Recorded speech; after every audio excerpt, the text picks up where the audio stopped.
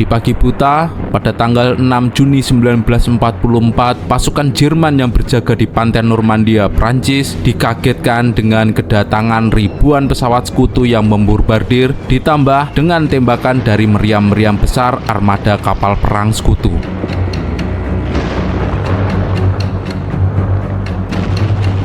Di pagi itu, lebih dari 156.000 tentara sekutu menyerbu pantai Normandia dalam operasi terbesar sepanjang sejarah Perang Dunia Kedua, membentang di seluruh horizon yang membuat ciut nyali tentara Jerman.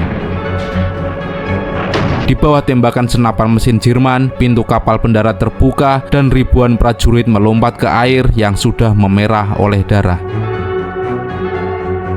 Jika serangan sekutu ini gagal, Eropa mungkin masih tetap berada di bawah bayang-bayang Nazi. Hari itu bukan sekedar pertempuran, itulah hari ketika kekuasaan Hitler mulai runtuh. Ini adalah kisah nyata di balik operasi pendaratan yang paling epik dalam sejarah Perang Dunia Kedua. Pendaratan D-Day di Normandia.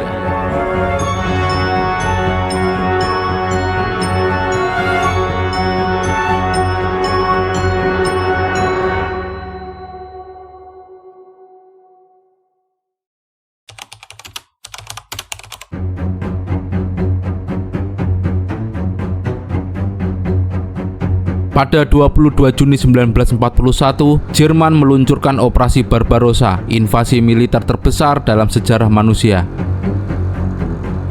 Stalin yang sebelumnya menandatangani fakta non-agresi dengan Hitler sempat terpaku dalam shock selama beberapa hari pertama. Dalam hitungan minggu saja, garis pertahanan Soviet hancur berantakan.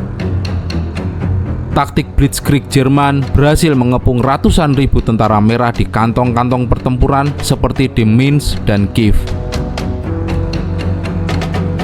Jutaan tentara Soviet metong atau ditawan dan ribuan pesawat tempur mereka hancur bahkan sebelum sempat lepas landas. Wilayah-wilayah industri vital Soviet jatuh ke tangan Jerman. Kota-kota besar Soviet seperti Leningrad dan Moskow terancam jatuh ke Jerman. Joseph Stalin, pemimpin Soviet, segera memerintahkan kebijakan bumi hangus. Segala sesuatu yang tidak bisa dibawa lari, seperti pabrik, lumbung gandum, jembatan, hingga rel kereta api, harus dihancurkan agar tidak jatuh ke tangan Jerman. Jerman terus merangsek maju hingga mendekati pinggiran kota Moskow. Pada titik ini, Stalin mulai menyadari bahwa keberanian tentara merah saja tidak pernah cukup. Ia membutuhkan bantuan nyata yang bisa memecah konsentrasi kekuatan Jerman. Channel ini sudah pernah membahas operasi Barbarossa, pertempuran Moskow, pertempuran Stalingrad, pertempuran Kursk, hingga pengepungan Leningrad. Silahkan simak videonya untuk lebih detailnya. Linknya ada di deskripsi. Dalam kondisi terjepit tersebut, Stalin segera mengirim pesan mendesak kepada Perdana Menteri Inggris Winston Churchill. Inti pesannya sederhana namun sangat berat, yaitu segera buka front baru di Prancis sekarang juga untuk menarik divisi-divisi Jerman menjauh dari Moskow.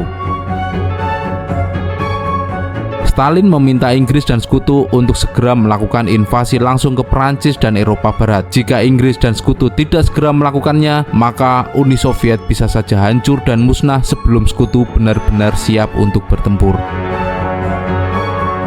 Bayangkan, sekitar 70% hingga 80% dari seluruh kekuatan militer Nazi Jerman dikerahkan ke front timur, dan Soviet harus menghadapi ribuan tank dan jutaan tentara elit Jerman sendirian.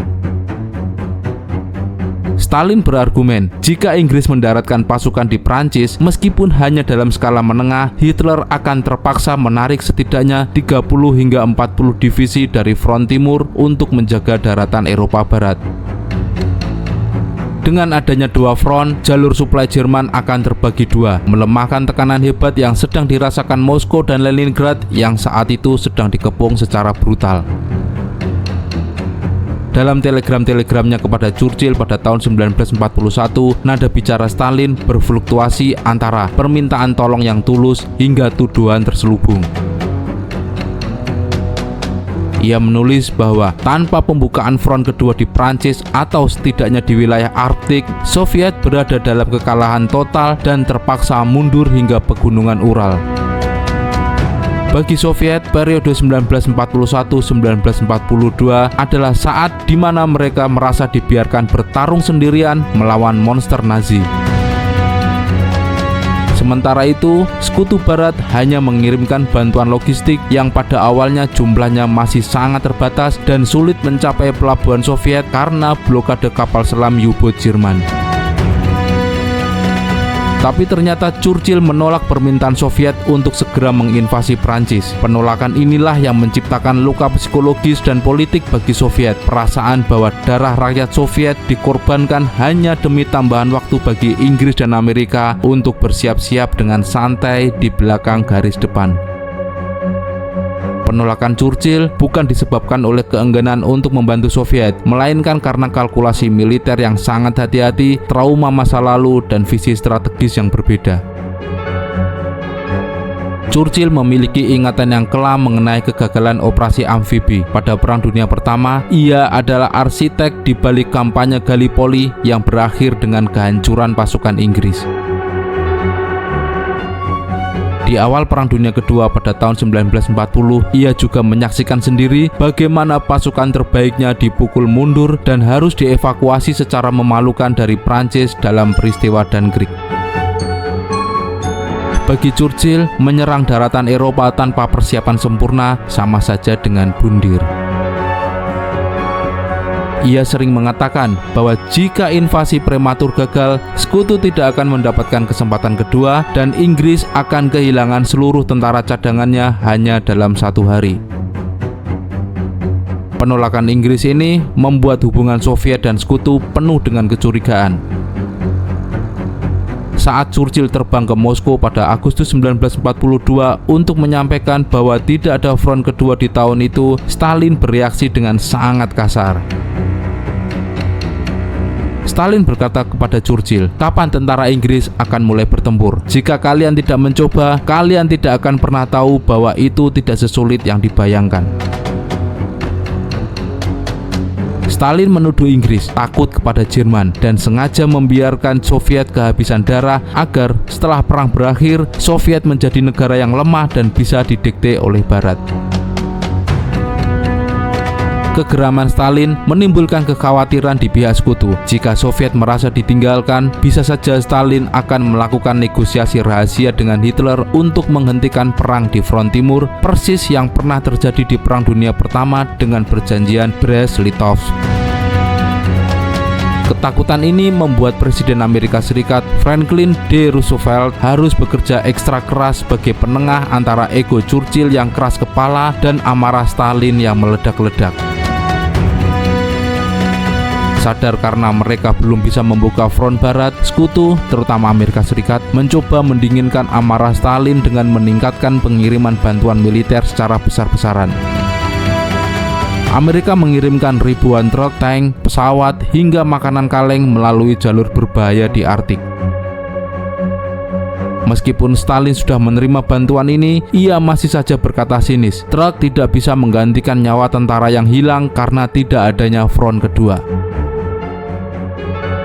Alih-alih segera mendaratkan pasukan Inggris ke Prancis, Churchill justru punya ide untuk menyerang melalui Mediterania. Ia menyebut wilayah ini sebagai perut lunak atau soft underbelly Eropa.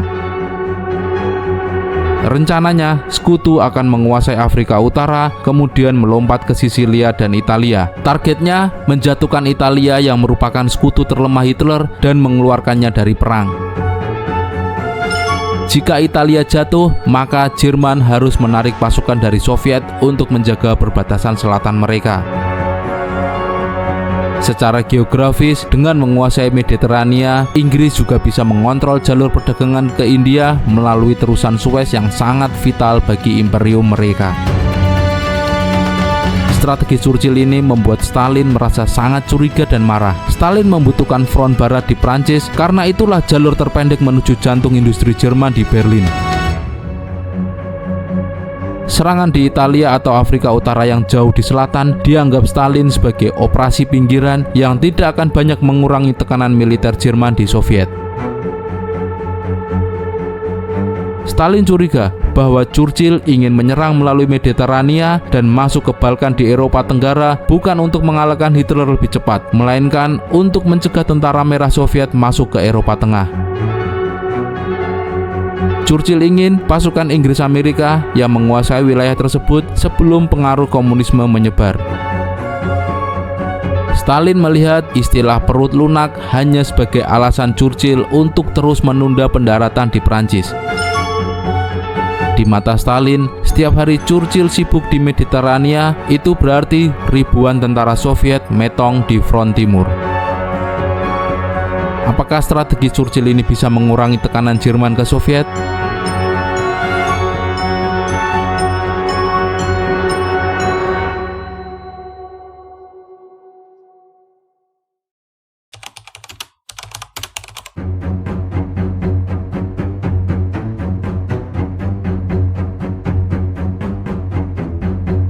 Pada April 1942, Amerika Serikat mengusulkan operasi Sledgehammer kepada Inggris. Jenderal George Marshall, Kepala Staf Angkatan Darat Amerika Serikat, dan Harry Hopkins, penasihat utama Presiden Roosevelt, terbang ke London untuk mempresentasikan sebuah memorandum yang dikenal sebagai Marshall Memorandum.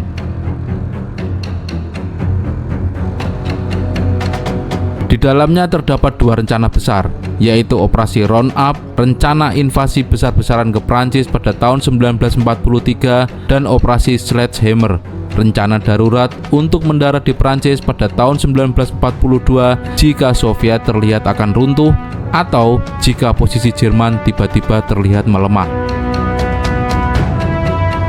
Tak lama kemudian, Menteri Luar Negeri Uni Soviet Vyacheslav Molotov mengunjungi Washington dan London. Pada momen inilah Presiden Amerika Roosevelt memberi harapan besar kepada Soviet bahwa front kedua di Eropa Barat akan segera dibuka pada tahun 1942 yang merujuk pada kerangka waktu Operasi Sledgehammer tersebut.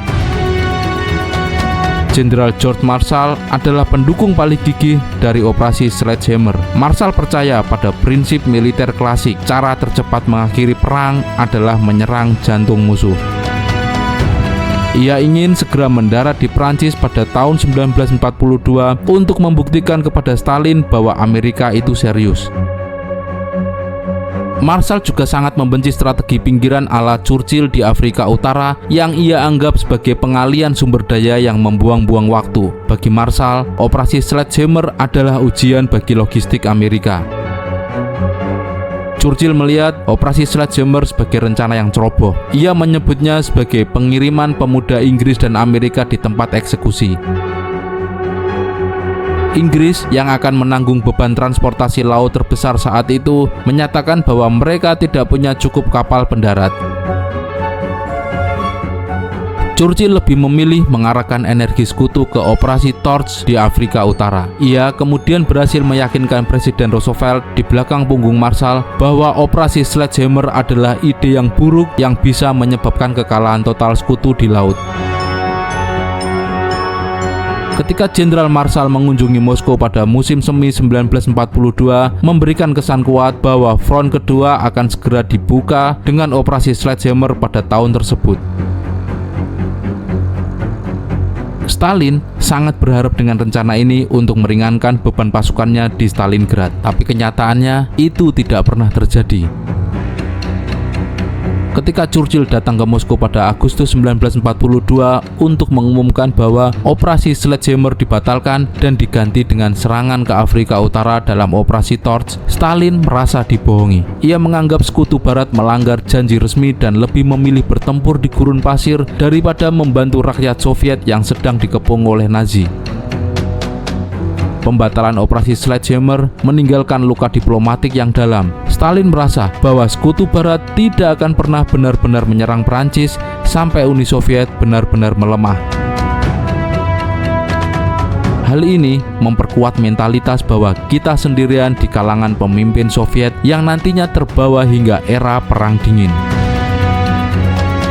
Untuk menenangkan Stalin dan menguji pertahanan Jerman, Inggris kemudian meluncurkan serangan skala kecil di Dieppe, Prancis pada Agustus 1942. Hasilnya adalah bencana total. Ribuan tentara sekutu, sebagian besar dari Kanada, metong atau ditawan hanya dalam hitungan jam. Bagi Churchill, kegagalan Diba menjadi senjata diplomatik untuk berkata kepada Stalin dan Roosevelt, "Lihat, serangan ke Prancis tidak semudah yang kalian bayangkan. Kita belum siap." Sebagai ganti batalnya operasi Sledgehammer, Sekutu kemudian melakukan operasi Torch, yaitu operasi besar amfibi pertama untuk menyerang Afrika Utara yang dikuasai oleh Prancis Vichy, pemerintah Prancis yang berkolaborasi dengan Nazi. Churchill berjanji bahwa ini akan membersihkan Mediterania dari pasukan poros dan memberi kemenangan cepat bagi pasukan Amerika yang belum berpengalaman. Ini adalah momen krusial di mana teori strategi pinggiran Churchill akhirnya diuji di medan laga. Pada tanggal 8 November 1942, armada raksasa Sekutu yang berangkat langsung dari Amerika Serikat dan Inggris mendarat di 3 lokasi strategis di sepanjang pesisir Afrika Utara. Satuan Tugas Barat yang terdiri dari pasukan Amerika di bawah komando Jenderal George S. Patton mendarat di pantai Maroko. Ini adalah pendaratan yang paling beresiko karena menghadapi Samudra Atlantik yang ganas. Satuan Tugas Tengah yang terdiri dari pasukan Amerika Serikat mendarat di Oran Aljazair. Tujuannya untuk mengamankan pelabuhan penting dan pangkalan udara. Satuan Tugas Timur yang terdiri dari pasukan gabungan Amerika dan Inggris mendarat di Algier, ibu kota Aljazair. Di sini perlawanan Prancis Vichy paling cepat berakhir berkat bantuan dari kelompok perlawanan lokal. Salah satu aspek paling tragis dari operasi Torch adalah Sekutu harus bertempur melawan tentara Prancis yang secara historis adalah sekutu mereka. Banyak tentara Amerika ragu untuk menembak tentara Prancis. Sekutu mencoba menyiarkan pesan radio yang menyatakan, "Kami datang sebagai teman." Namun pemerintah Prancis Vichy di bawah Marskal Pétain memerintahkan pasukannya untuk melawan. Pertempuran laut terjadi di dekat Casablanca. Kapal-kapal perang Prancis melakukan perlawanan sengit melawan armada Angkatan Laut Amerika sebelum akhirnya berhasil dilumpuhkan. Pertempuran berlangsung selama 3 hari yang penuh dengan kebingungan. Situasi berubah ketika Laksamana François Darlan, komandan militer tertinggi Prancis Vichy yang kebetulan berada di Algier, setuju untuk melakukan gencatan senjata. Darlan memerintahkan seluruh pasukan Prancis di Afrika Utara untuk berhenti melawan Sekutu. Sebagai imbalannya, Sekutu mengakui Darlan sebagai penguasa administratif di wilayah tersebut. Meskipun secara moral kontroversial karena bagian dari kolaborator Nazi, tapi langkah ini menyelamatkan ribuan nyawa tentara Sekutu. Di Jerman, begitu operasi Torch dimulai, Adolf Hitler sangat murka.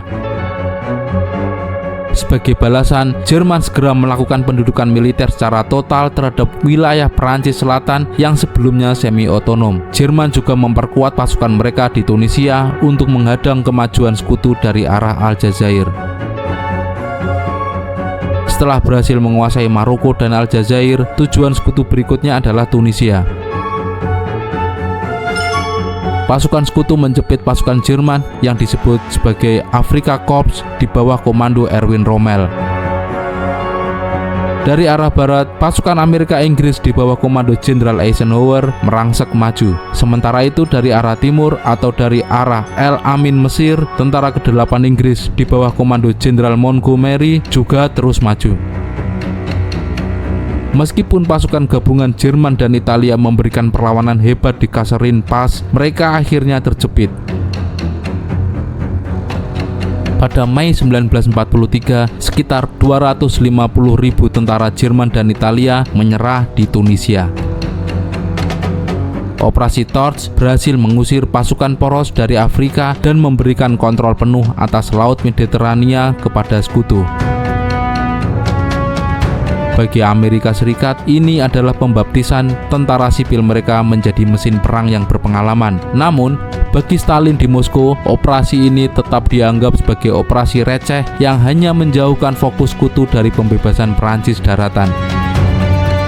Stalin melihat ribuan tentara Amerika dan Inggris mendarat ribuan mil jauhnya dari Berlin dan front timur. Stalin merasa bahwa operasi Torch hanyalah cara Churchill untuk menghindari pertempuran sungguhan melawan tentara inti Jerman di Eropa daratan. Meskipun Stalin kecewa, ternyata operasi Torch memiliki dampak strategis yang nyata. Ketika pasukan elit Jerman Afrika Korps di bawah Erwin Rommel terjepit di tengah-tengah, memaksa Hitler mengirimkan bantuan udara dan darat ke Tunisia yang seharusnya bisa digunakan di Stalingrad. Melalui operasi Torch ini, para komandan sekutu seperti Dwight D. Eisenhower belajar banyak tentang betapa sulitnya mengkoordinasikan pendaratan ribuan kapal di pantai musuh, integrasi dengan dukungan angkatan udara, serta rumitnya logistik pengiriman bahan bakar dan amunisi dari seberang samudra. Operasi Torch adalah langkah pertama sekutu untuk belajar melakukan operasi pendaratan amfibi sebelum mereka melakukan pendaratan di Normandia. Namun bagi Stalin, operasi ini tetaplah sebuah penundaan yang egois karena sementara tentara Amerika sibuk mengamankan pelabuhan di Maroko yang eksotis, jutaan rakyat Soviet sedang kelaparan dan metong dalam pengepungan brutal di Stalingrad.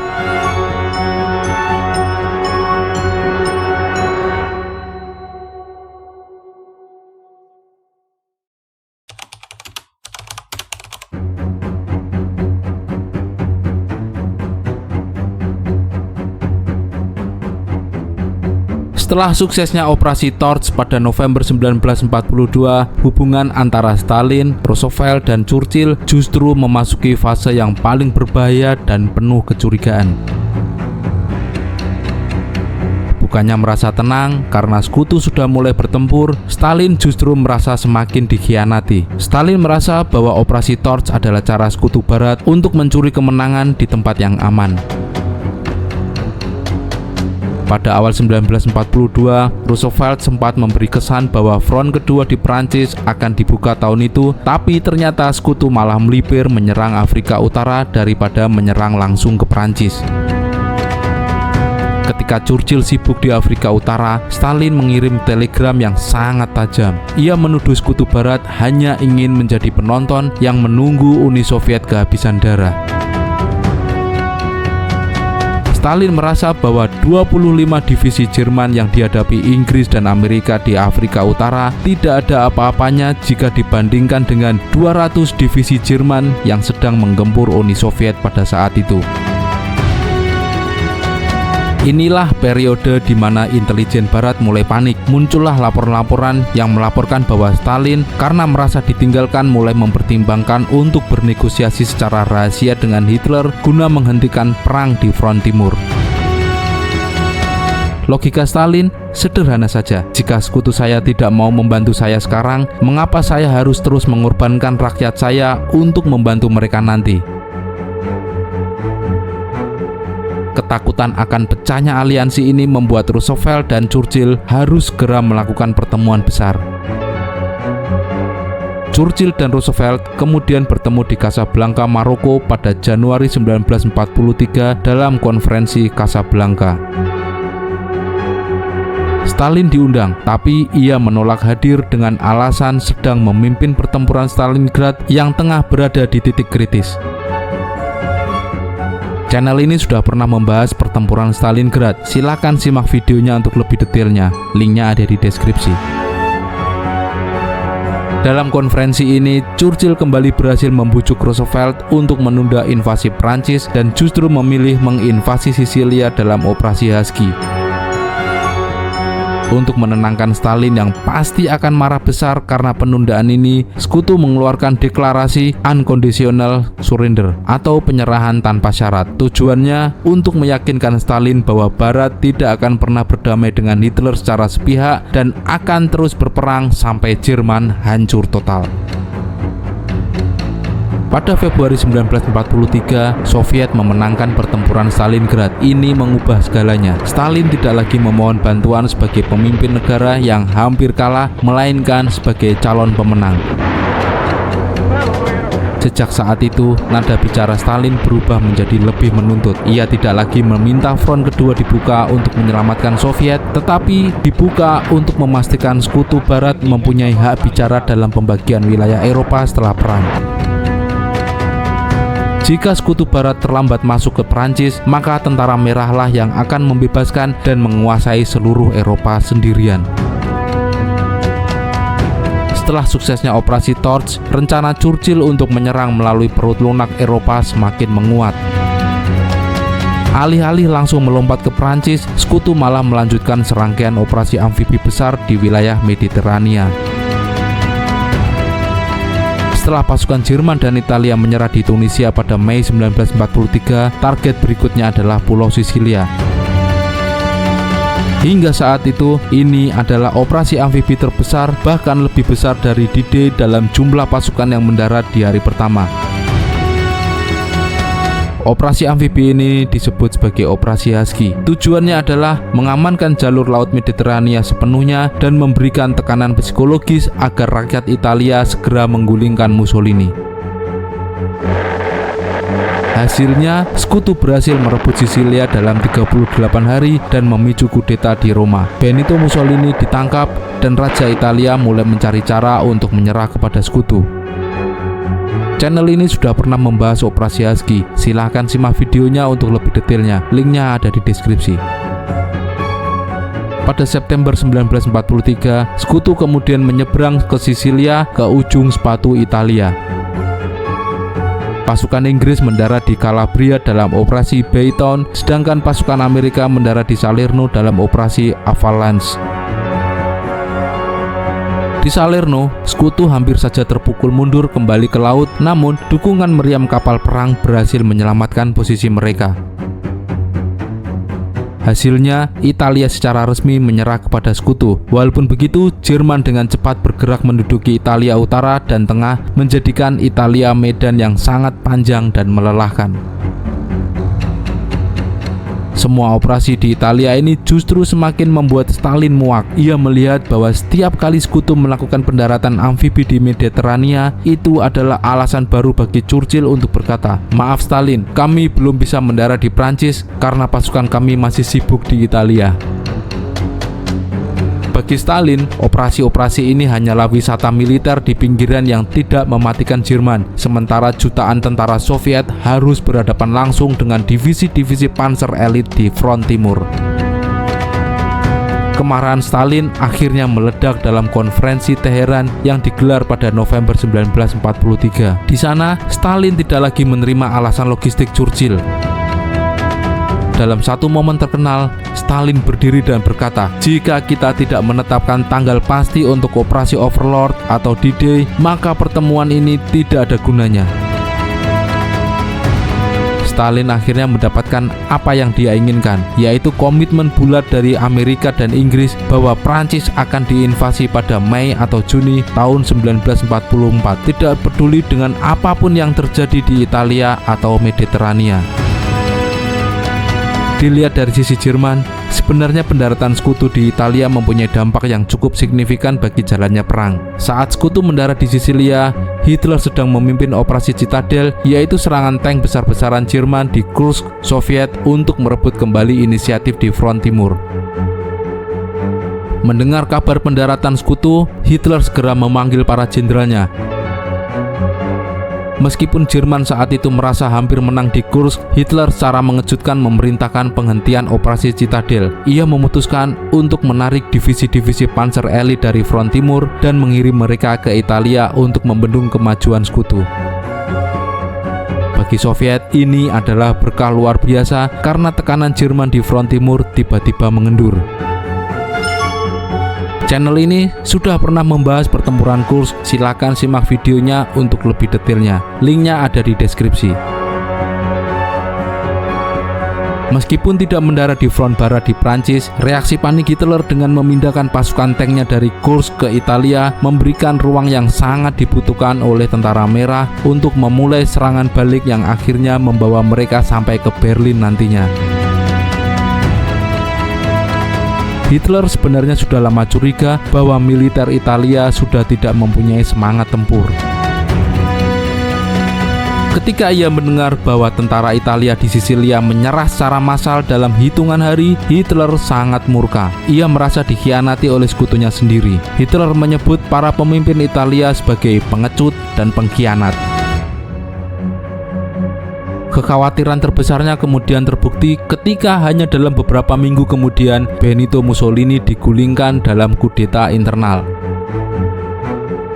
Reaksi Hitler sangat cepat. Ia segera merencanakan operasi khusus untuk menculik dan menyelamatkan Mussolini serta memerintahkan pasukan Jerman untuk menyerbu dan menduduki Italia agar tidak jatuh sepenuhnya ke tangan sekutu.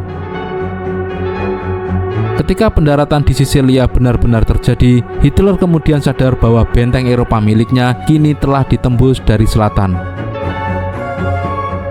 Ia kemudian memerintahkan pembangunan garis-garis pertahanan yang sangat kuat di pegunungan Italia dengan instruksi yang tegas, bertahanlah sampai mati di setiap inci tanah Italia. Ia ingin menjadikan Italia sebagai medan tempur yang sangat mahal bagi sekutu agar mereka tidak punya energi lagi untuk menyerang Prancis. Dan memang, sekutu akhirnya mentok di Italia.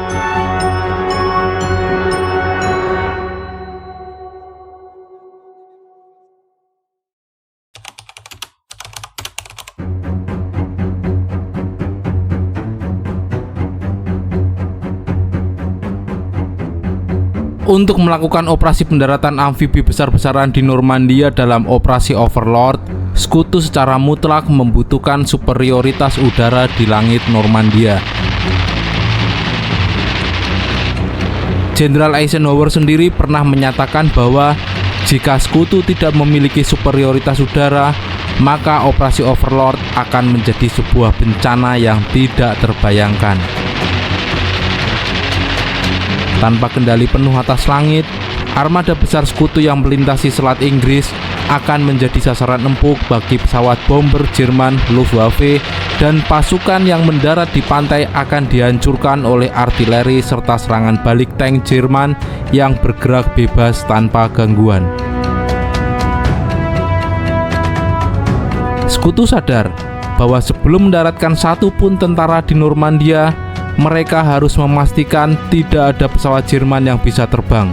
Karenanya, sekutu kemudian melakukan operasi Point Blank, sebuah kampanye serangan udara strategis besar-besaran yang diluncurkan oleh sekutu mulai tahun 1943 hingga menjelang D-Day pada tahun 1944.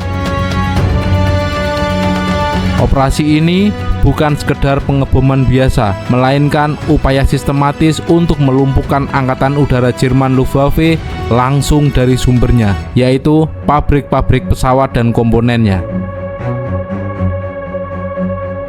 Operasi Point Blank menetapkan prioritas target yang sangat spesifik, antara lain pabrik perakitan pesawat, terutama yang memproduksi pesawat tempur kursi tunggal seperti Messerschmitt Bf109 dan Focke-Wulf FW190.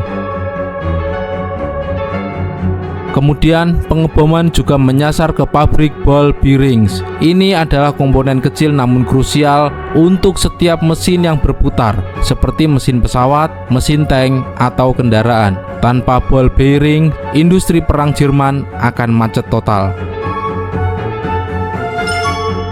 Tidak hanya itu, pabrik mesin dan bahan bakar sintetis juga dibom habis-habisan. Tujuannya untuk menghancurkan kemampuan Jerman menciptakan tenaga penggerak bagi pesawat mereka. Untuk memaksimalkan kehancuran, sekutu membagi tugas berdasarkan doktrin udara mereka. Bomber RAF Inggris bertugas melakukan bombardir pada malam hari dengan target area industri luas. Tujuannya adalah menghancurkan moral pekerja dan meratakan seluruh kawasan pabrik. Sedangkan bomber Amerika bertugas melakukan bombardir pada siang hari. Pesawat bomber pasukan udara ke-8 Amerika melakukan pemboman presisi di siang hari bolong. Ini jauh lebih berbahaya karena pesawat mereka terlihat jelas oleh meriam anti pesawat atau flak dan pesawat tempur Jerman. Namun bagi bomber Amerika juga lebih mudah untuk melakukan pengeboman secara presisi serta dengan mudah mengenai target spesifik seperti gedung pabrik utama. Salah satu momen paling berdarah dalam operasi Point Blank terjadi di kota Schweinfurt, pusat industri ball bearings Jerman. Amerika mengirim ratusan pesawat bomber B-17 Flying Fortress tanpa pengawalan pesawat tempur karena jaraknya yang terlalu jauh. Jerman merespon dengan mengerahkan seluruh kekuatan udara mereka dan Amerika kehilangan 60 pesawat bomber mereka dalam satu hari saja. Meskipun pabrik rusak berat, Jerman terbukti sangat ulet. Mereka segera memindahkan mesin-mesin ke dalam terowongan bawah tanah atau menyebarkannya ke desa-desa kecil agar tidak bisa dibom lagi. Pada Februari 1944, hanya beberapa bulan sebelum operasi Overlord atau D-Day, Sekutu meluncurkan serangan udara intensif selama 1 minggu penuh yang dikenal sebagai Big Week atau Operation Argument. Kali ini, pesawat bomber tidak lagi sendirian. Amerika kini mempunyai pesawat tempur baru, yaitu P-51 Mustang. Pesawat tempur P-51 Mustang ini mempunyai daya jelajah yang jauh sehingga bisa mengawal pesawat bomber sampai ke Berlin. Awalnya, bomber Sekutu mudah ditembak jatuh. Namun, dengan munculnya pesawat tempur P-51 Mustang yang dilengkapi dengan tangki bahan bakar tambahan, memungkinkan mereka mengawal bomber hingga jauh ke jantung Jerman. P-51 Mustang berhasil menghabisi ribuan pilot Jerman dalam duel udara atau dogfight, membuat Jerman kehabisan pilot veteran menjelang D-Day. Ribuan ton bom berhasil dijatuhkan ke pusat industri penerbangan Jerman. Meskipun Jerman masih bisa memproduksi pesawat setelah ini, tetapi mereka kehilangan sesuatu yang jauh lebih berharga, yaitu para pilot veteran. Pertempuran udara besar-besaran selama Big Week menguras habis jumlah pilot veteran Luftwaffe yang tidak bisa digantikan dalam waktu yang singkat. Selama beberapa bulan sebelum D-Day, Sekutu memindahkan target pengeboman mereka dari pabrik ke infrastruktur transportasi di Perancis. Sekutu mengebom hampir setiap jembatan, stasiun kereta api, dan depo bahan bakar di Perancis Utara. Strateginya, ketika pendaratan D-Day terjadi, Jerman tidak bisa mengirimkan bantuan tank atau pasukan tambahan ke Normandia dengan cepat karena jalur kereta api hancur dan jalan raya terus-menerus diberondong oleh pesawat tempur Sekutu. Sesaat sebelum dan selama malam pendaratan nantinya, Sekutu melakukan serangan udara khusus untuk menghancurkan stasiun-stasiun radar Jerman di sepanjang pantai Prancis. Hal ini membuat Jerman buta secara elektronik sehingga mereka tidak bisa mendeteksi besarnya armada Sekutu yang mendekat sampai kapal-kapal tersebut terlihat dengan mata telanjang dari pantai. Di hari pendaratan nantinya, pada tanggal 6 Juni 1944, superioritas udara Sekutu begitu luar biasa hingga pesawat Luftwaffe hampir tidak terlihat sama sekali. Di hari itu, Sekutu mengerahkan sekitar 11.000 hingga 12.000 pesawat untuk mendukung invasi, sedangkan Jerman hanya mampu meluncurkan kurang dari 300 sorti atau penerbangan tempur sepanjang hari itu.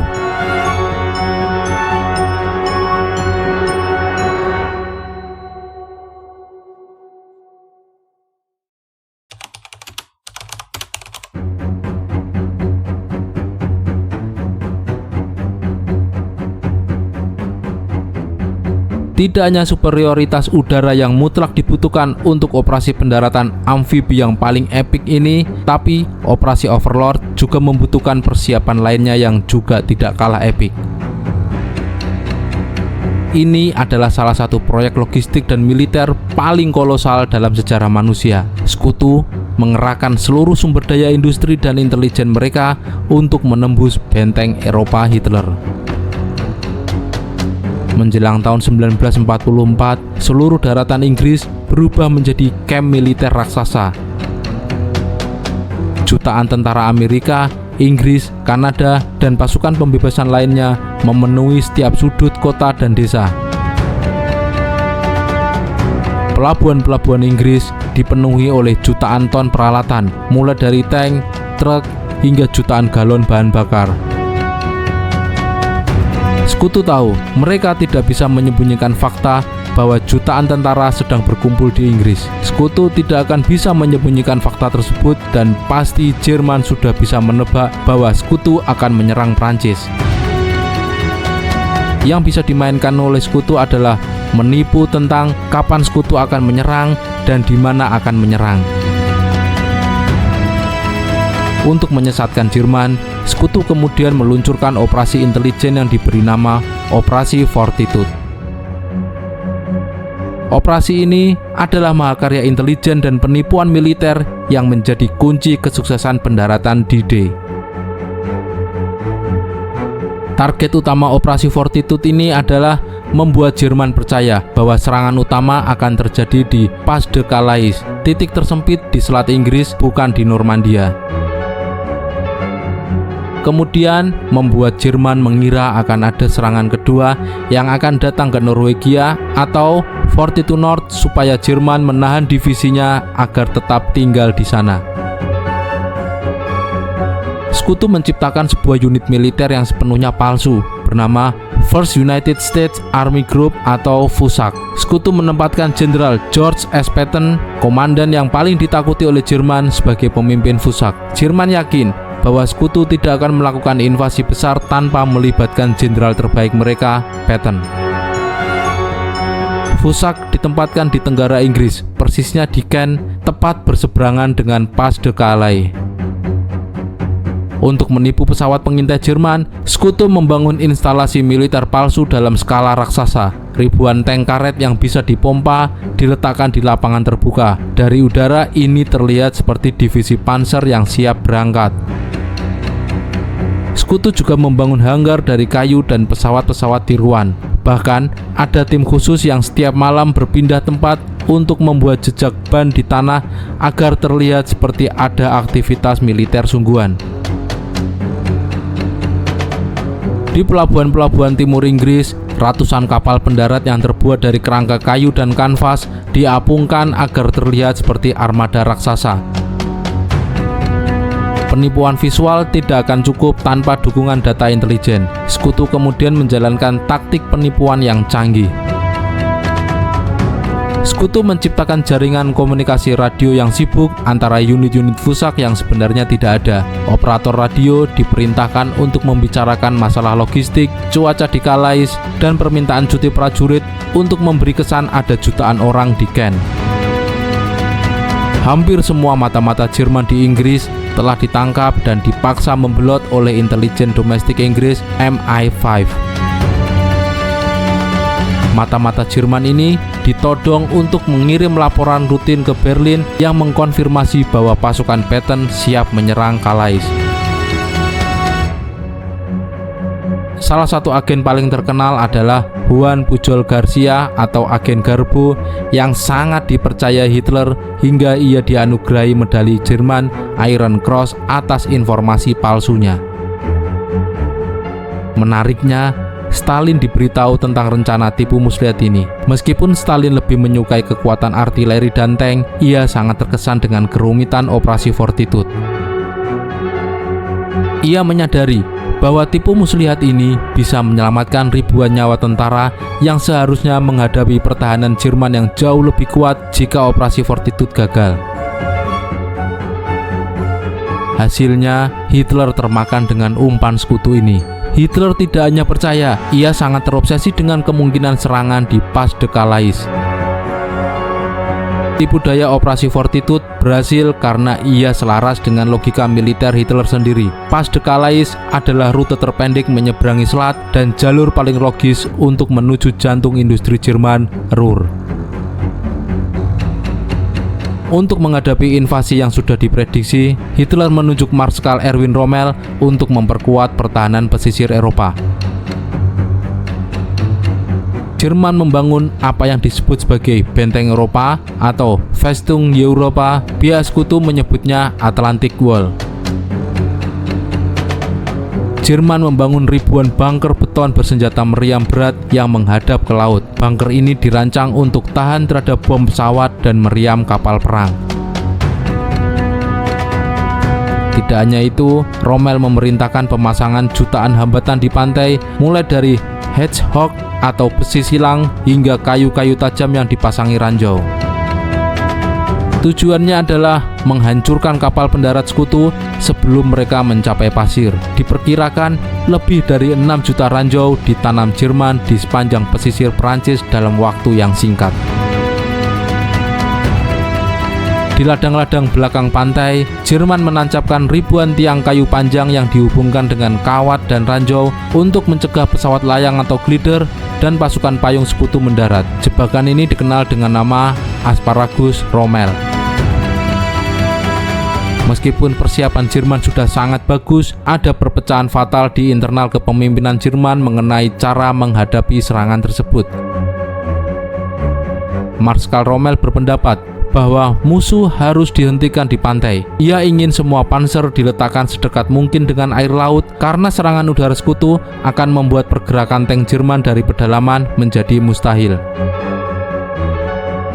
Tapi Marskal von Rundstedt mempunyai pandangan yang lain. Ia berpendapat bahwa tank harus ditahan di pedalaman sebagai cadangan strategis untuk melakukan serangan balik besar setelah musuh mendarat. Di tengah perdebatan dua jenderal terkenal ini, Hitler mengambil jalan tengah yang fatal. Ia justru kemudian membagi divisi panser, sebagian di bawah Rommel, sebagian di bawah Rundstedt, dan sisanya yang terkuat hanya bisa digerakkan oleh perintah langsung Hitler sendiri. Dan pembagian ini yang nantinya akan memperlambat koordinasi pasukan Jerman di medan tempur.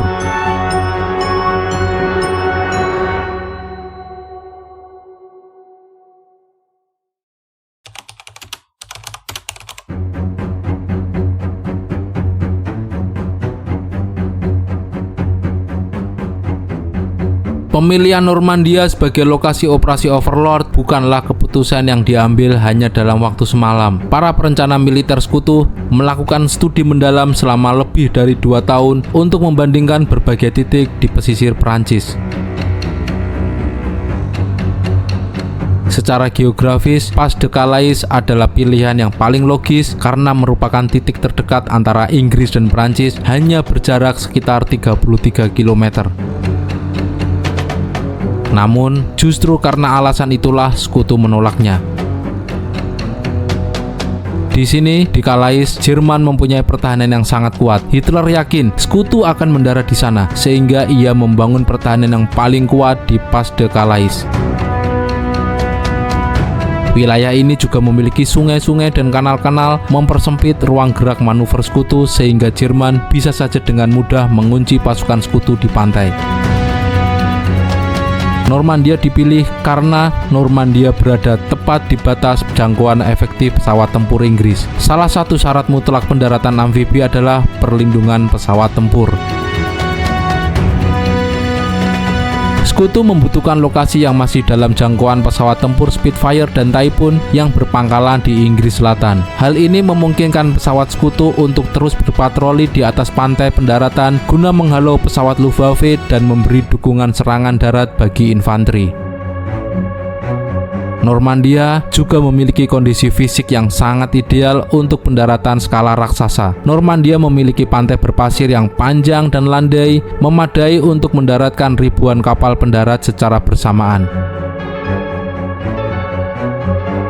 Para ilmuwan sekutu yang bahkan sampai mengambil sampel tanah pantai Normandia secara rahasia di malam hari menemukan bahwa pasir di Normandia cukup kuat untuk menahan beban tank dan kendaraan berat.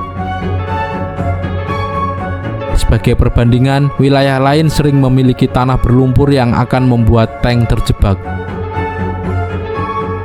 Normandia terletak di dekat Cherbourg, salah satu pelabuhan air dalam terbesar di Prancis.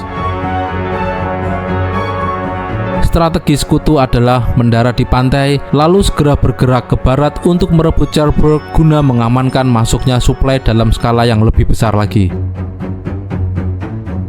Lokasi Normandia juga relatif terisolasi oleh sungai-sungai yang membantu sekutu untuk mengisolasi medan tempur dan mencegah Jerman mengirim bala bantuan dengan cepat. Karena Hitler dan jenderal-jenderalnya terlalu fokus pada Pas de Calais, pertahanan di Normandia yang dikomandani oleh Marskal Rommel dianggap sebagai sektor sekunder.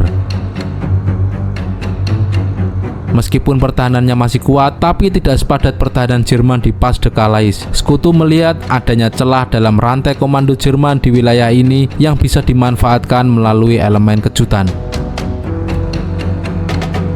Awalnya, Stalin tidak peduli di mana sekutu akan mendarat, asalkan mereka mendarat di Prancis.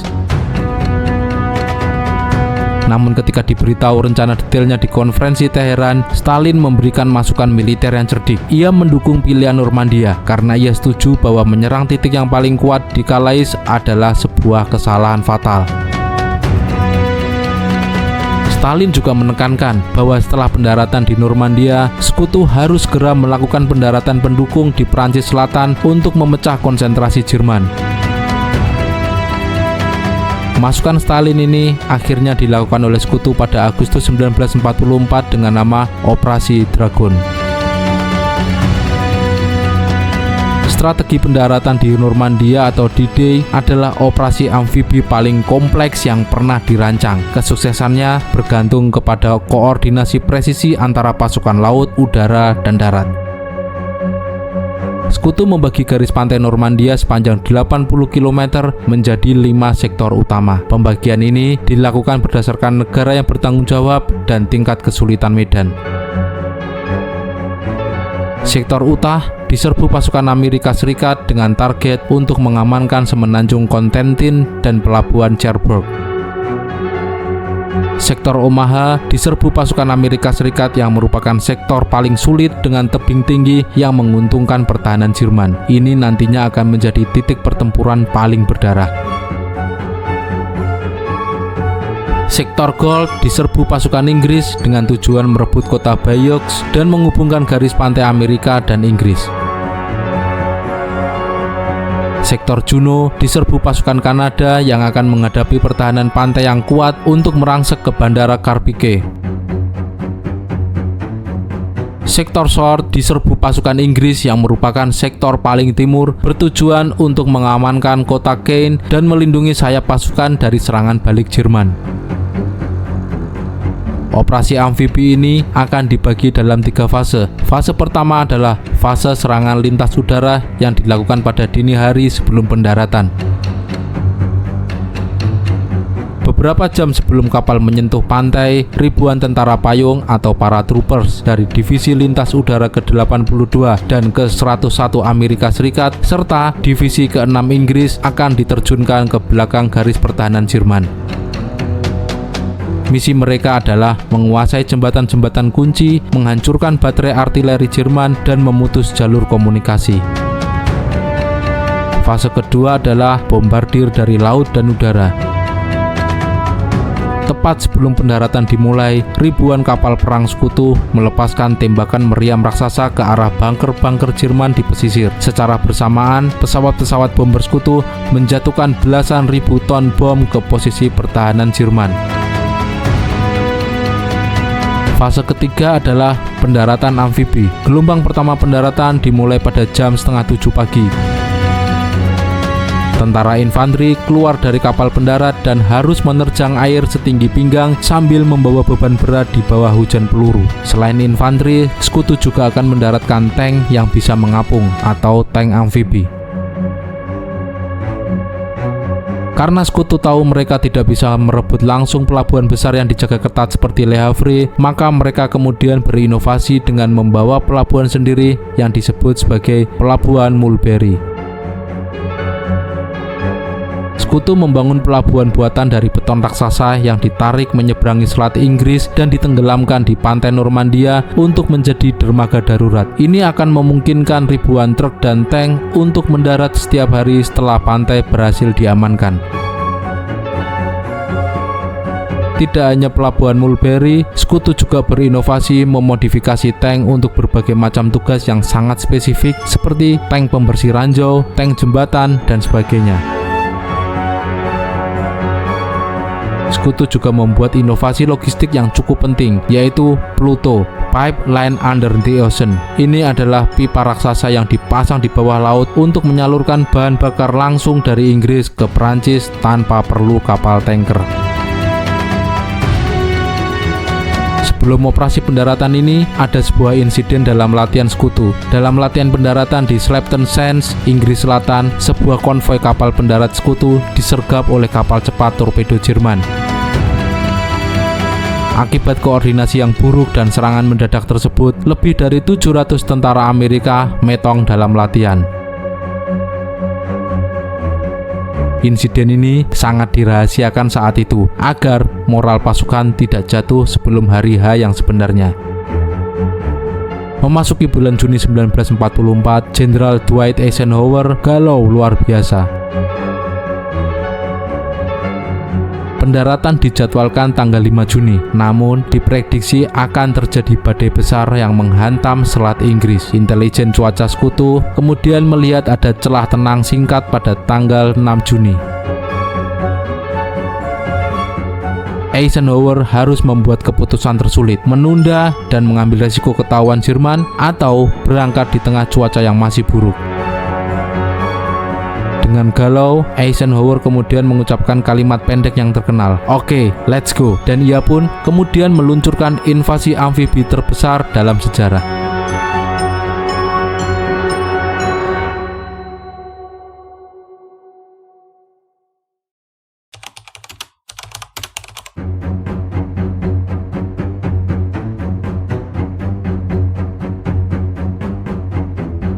Pada malam hari, tanggal 5 Juni 1944, malam terakhir sebelum D-Day atau pendaratan pasukan sekutu di Normandia, lebih dari 13.000 pasukan payung dari Divisi Lintas Udara ke-101 Amerika Screaming Eagles dan Divisi Lintas Udara ke-82 Amerika All American serta Divisi ke-6 Inggris bersiap di pangkalan udara di Inggris Selatan.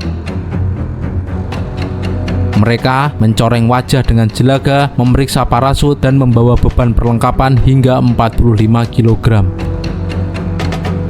Secara strategis, pasukan lintas udara ini hanya difokuskan pada dua ujung terluar garis pendaratan Normandia. Mereka tidak diterjunkan di depan kelima sektor pantai tersebut secara merata. Alasannya sangat logis. Pasukan payung digunakan sebagai penahan pintu untuk melindungi seluruh area pendaratan agar Jerman tidak bisa menyerang dari arah samping atau sayap. Pasukan Divisi Lintas Udara ke-101 dan ke-82 Amerika bertugas di sayap barat atau melindungi sektor pantai Utah.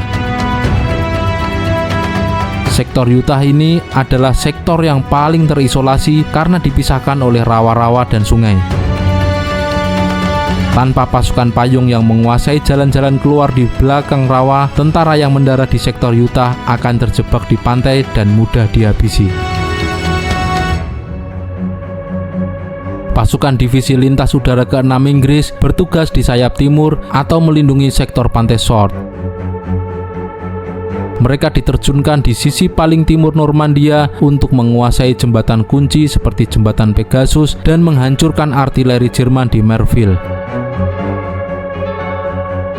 Tanpa mereka, divisi panser Jerman di dekat kota Caen bisa langsung menyerbu ke pantai dan menghancurkan pasukan Inggris serta Kanada di hari pertama.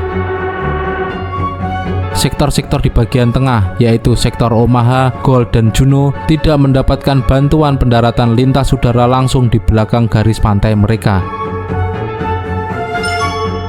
Sekutu kekurangan pesawat angkut dan tidak memiliki cukup pesawat C-47 untuk menerjunkan 5 atau 6 divisi lintas udara sekaligus dalam satu malam. Sekutu lebih memilih memusatkan kekuatan dan mengunci dua pintu masuk dari barat dan dari timur agar area di tengahnya tetap aman dari kepungan Jerman. Jam 10 malam, pesawat angkut C-47 pertama mulai lepas landas. Suasana sangat tegang. Para prajurit tahu bahwa peluang mereka untuk selamat sangat kecil. Pada tengah malam, pasukan Inggris melakukan aksi pembuka yang cukup legendaris. 6 pesawat layang atau glider mendarat dengan senyap hanya beberapa meter dari jembatan. Misi mereka adalah merebut jembatan di atas Sungai Orne dan Kanal Kane untuk mencegah tank Jerman menyerang sayap timur pendaratan sekutu. Dalam pertempuran singkat yang brutal, pasukan Inggris berhasil merebut jembatan tersebut hanya dalam waktu 10 menit. Mereka kemudian mengirim kode radio yang terkenal, Ham and Jam, sebagai tanda sukses.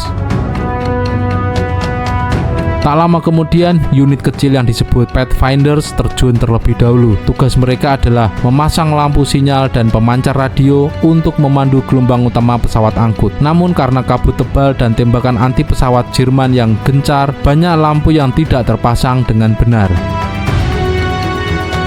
Tak lama kemudian, ribuan pesawat C-47 pembawa pasukan Amerika memasuki wilayah Normandia. Mereka disambut oleh awan tebal dan tembakan flak atau meriam anti pesawat Jerman yang intens. Banyak pilot pesawat angkut yang belum pernah mengalami pertempuran udara sehingga mereka terbang terlalu cepat hingga di atas 240 km per jam atau bermanuver liar untuk menghindari tembakan. Pasukan payung diterjunkan dalam kecepatan yang terlalu tinggi, menyebabkan banyak peralatan mereka seperti senapan mesin dan radio terlepas saat parasut mengembang.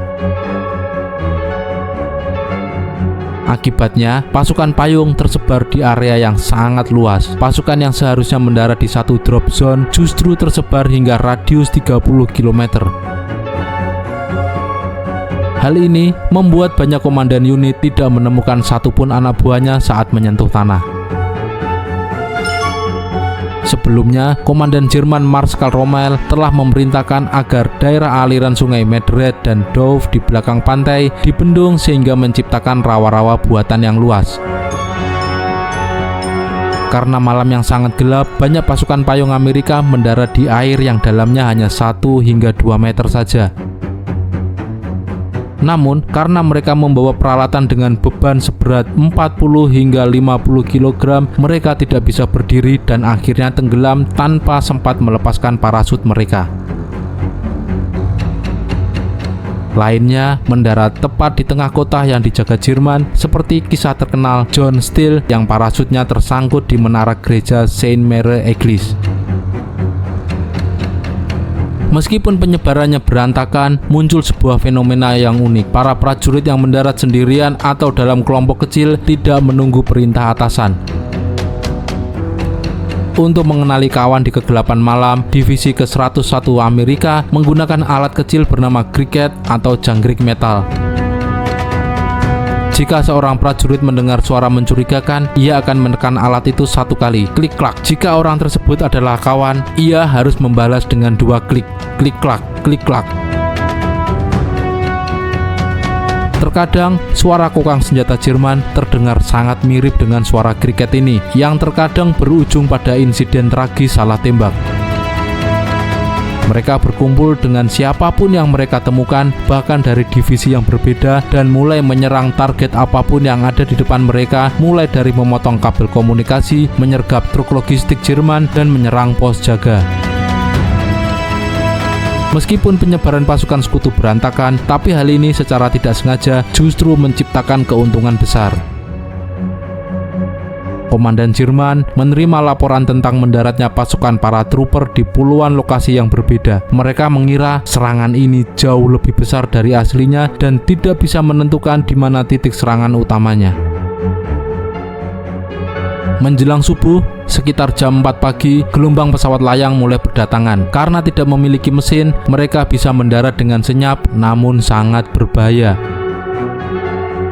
Pesawat-pesawat layang ini membawa artileri ringan, jeep, dan tenaga medis yang tidak bisa dibawa oleh pasukan payung. Banyak pesawat layang sekutu yang hancur karena menabrak asparagus Rommel atau tiang-tiang kayu tajam yang dipasang Jerman. Namun, mereka yang selamat berhasil memberikan kekuatan tambahan yang sangat dibutuhkan untuk menahan serangan balik Jerman. Pada jam 4:30 pagi, pasukan Inggris menyerbu baterai meriam raksasa Jerman, baterai Merville, yang mengancam pantai pendaratan Inggris. Meskipun hanya dengan 150 hingga 600 prajurit yang tiba di titik kumpul, mereka berhasil menghancurkan meriam tersebut. Di saat yang sama, divisi ke-82 Amerika berhasil merebut kota Saint-Mary-Église, menjadikan kota pertama di Prancis yang dibebaskan dari udara. Ini sangat penting untuk mengamankan jalur jalan menuju pantai Utah. Saat matahari terbit, pasukan payung sekutu ini telah berhasil mengamankan jalan-jalan keluar dari pantai agar infanteri tidak terjebak di pantai, menghancurkan jembatan agar bantuan tidak bisa masuk dan menciptakan kekacauan total di markas besar Jerman. Meskipun hampir 60% dari pasukan lintas udara tidak mendarat di target yang tepat, operasi ini dianggap sebagai sukses besar. Laporan mengenai keberhasilan operasi lintas udara ini meyakinkan Stalin bahwa tentara Barat memiliki keunggulan teknis dan keberanian individu yang tinggi. Ia menyadari bahwa strategi ini adalah kunci yang membuyarkan konsentrasi pertahanan pantai Jerman yang awalnya terlihat mustahil ditembus.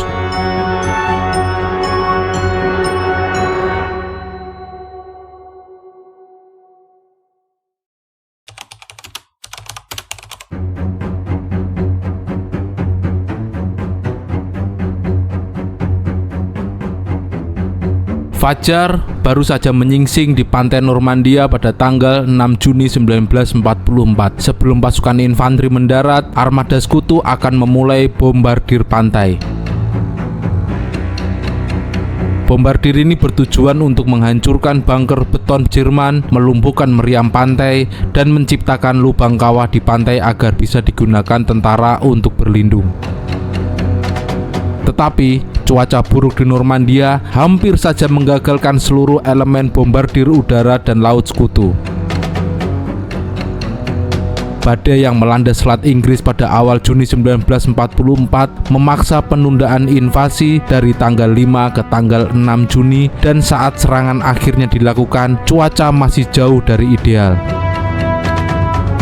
Sekutu sebenarnya mengandalkan ribuan pesawat bomber berat seperti B-17 dan B-24 untuk menghantam pantai sesaat sebelum pasukan mendarat. Tetapi langit Normandia tertutup awan yang sangat rendah. Pilot bomber tidak bisa melihat target mereka yang berupa bunker-bunker Jerman dari ketinggian. Karena takut bom mereka jatuh mengenai kapal pendarat sekutu yang sudah sangat dekat dengan pantai, para pilot diperintahkan untuk menunda pelepasan bom selama beberapa detik. Dampaknya, penundaan beberapa detik itu menyebabkan ribuan ton bom jatuh 1 hingga 3 km di belakang garis pertahanan Jerman. Di pantai Omaha, hampir tidak ada satupun bom yang mengenai bunker pertahanan pantai.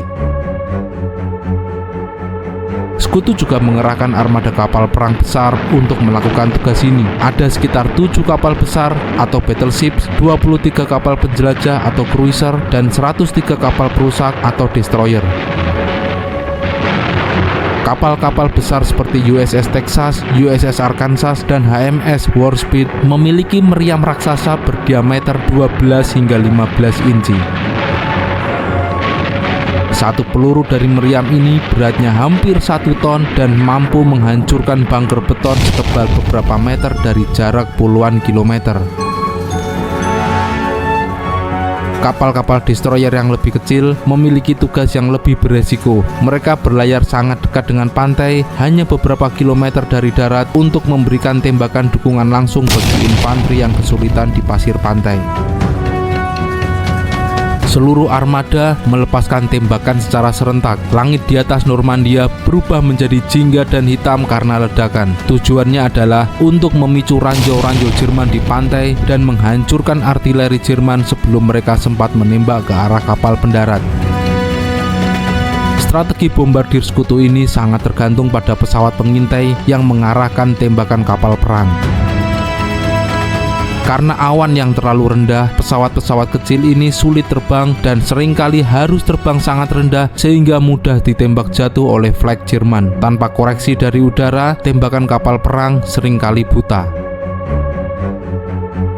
Ironisnya, bombardir saat cuaca yang sangat buruk ini justru memberikan elemen kejutan yang sangat dibutuhkan oleh sekutu. Komandan Jerman di Prancis, termasuk Marskal Rommel, yakin bahwa sekutu tidak mungkin menyerang dalam cuaca seburuk itu. Rommel bahkan pulang ke Jerman untuk merayakan ulang tahun istrinya. Jerman menghentikan patroli kapal cepat dan banyak pengintaian udara karena badai. Mereka benar-benar tidak menyangka armada raksasa sekutu sudah berada di depan mata saat fajar menyingsing. Di beberapa sektor, bombardir kapal perang sekutu sukses menghancurkan pertahanan pantai Jerman. Namun, di sektor Omaha, bombardir sekutu ini tidak mengenai pertahanan utama Jerman. Apa yang terjadi ketika pendaratan pasukan di Normandia?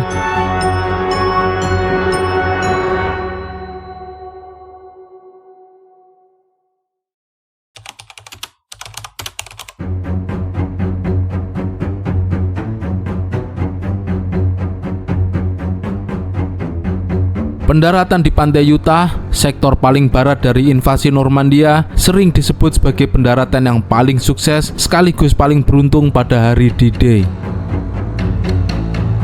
Meskipun terjadi kesalahan navigasi yang fatal, kesalahan tersebut justru menyelamatkan nyawa ribuan tentara Amerika.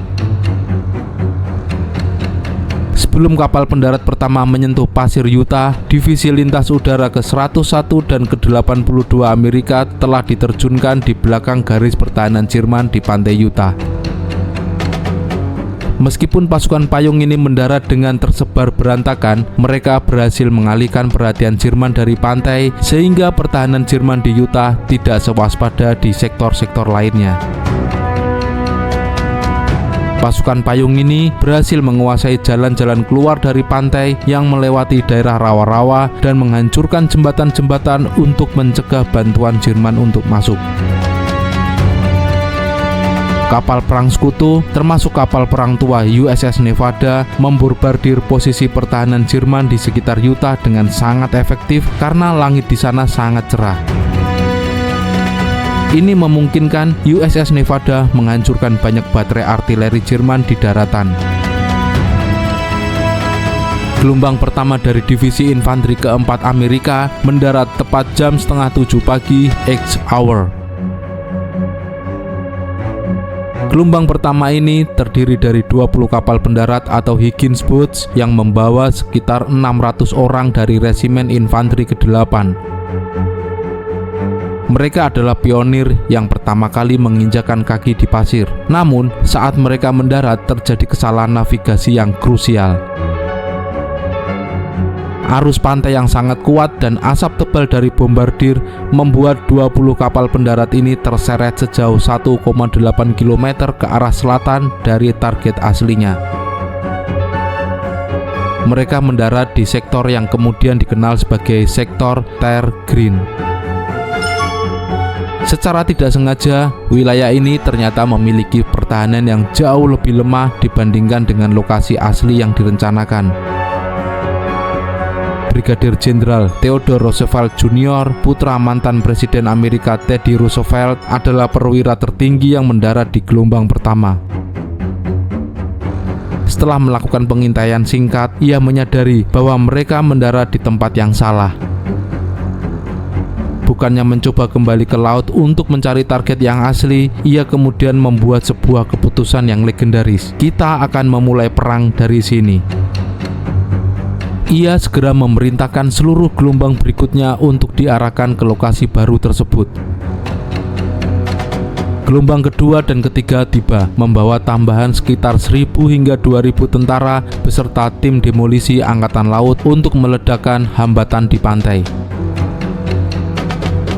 Setelah pantai dianggap cukup aman, kapal-kapal pendarat yang lebih besar seperti landing craft tank mulai merapat untuk menurunkan tank-tank tambahan dan meriam artileri.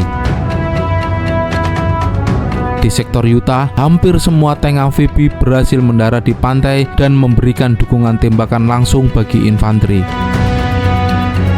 Pasukan Amerika hanya mengalami tembakan artileri sporadis. Mereka dengan cepat menghancurkan bunker-bunker kecil dan mulai membersihkan hambatan-hambatan di pantai agar kapal yang lebih besar lagi bisa merapat. Di pantai Utah ini kemudian mendarat lebih dari 23.000 tentara bersama 1.700 kendaraan militer seperti tank, jeep, dan truk membawa 1.700 ton suplai dan amunisi. Pendaratan sebanyak ini hanya memerlukan waktu 24 jam saja. Tantangan terbesar di Utah bukanlah pantai, melainkan daerah rawa yang dibanjiri Jerman tepat di belakang pantai. Hanya ada beberapa jalan sempit untuk bisa keluar dari sana. Berkat pasukan payung yang sudah menguasai ujung jalan-jalan tersebut dari arah belakang, infanteri yang mendarat di pantai bisa bergerak maju dengan cepat melalui rawa-rawa tanpa terjebak dalam jebakan Jerman. Menjelang malam, tanggal 6 Juni 1944, pasukan sekutu sudah bergerak sejauh 10 km ke daratan dan mulai bergerak menuju pelabuhan kunci Cherbourg. Dari 23.000 tentara yang mendarat di Utah, hanya sekitar 197 orang yang metong atau terluka. Ini adalah angka korban terendah dari semua sektor pantai pendaratan.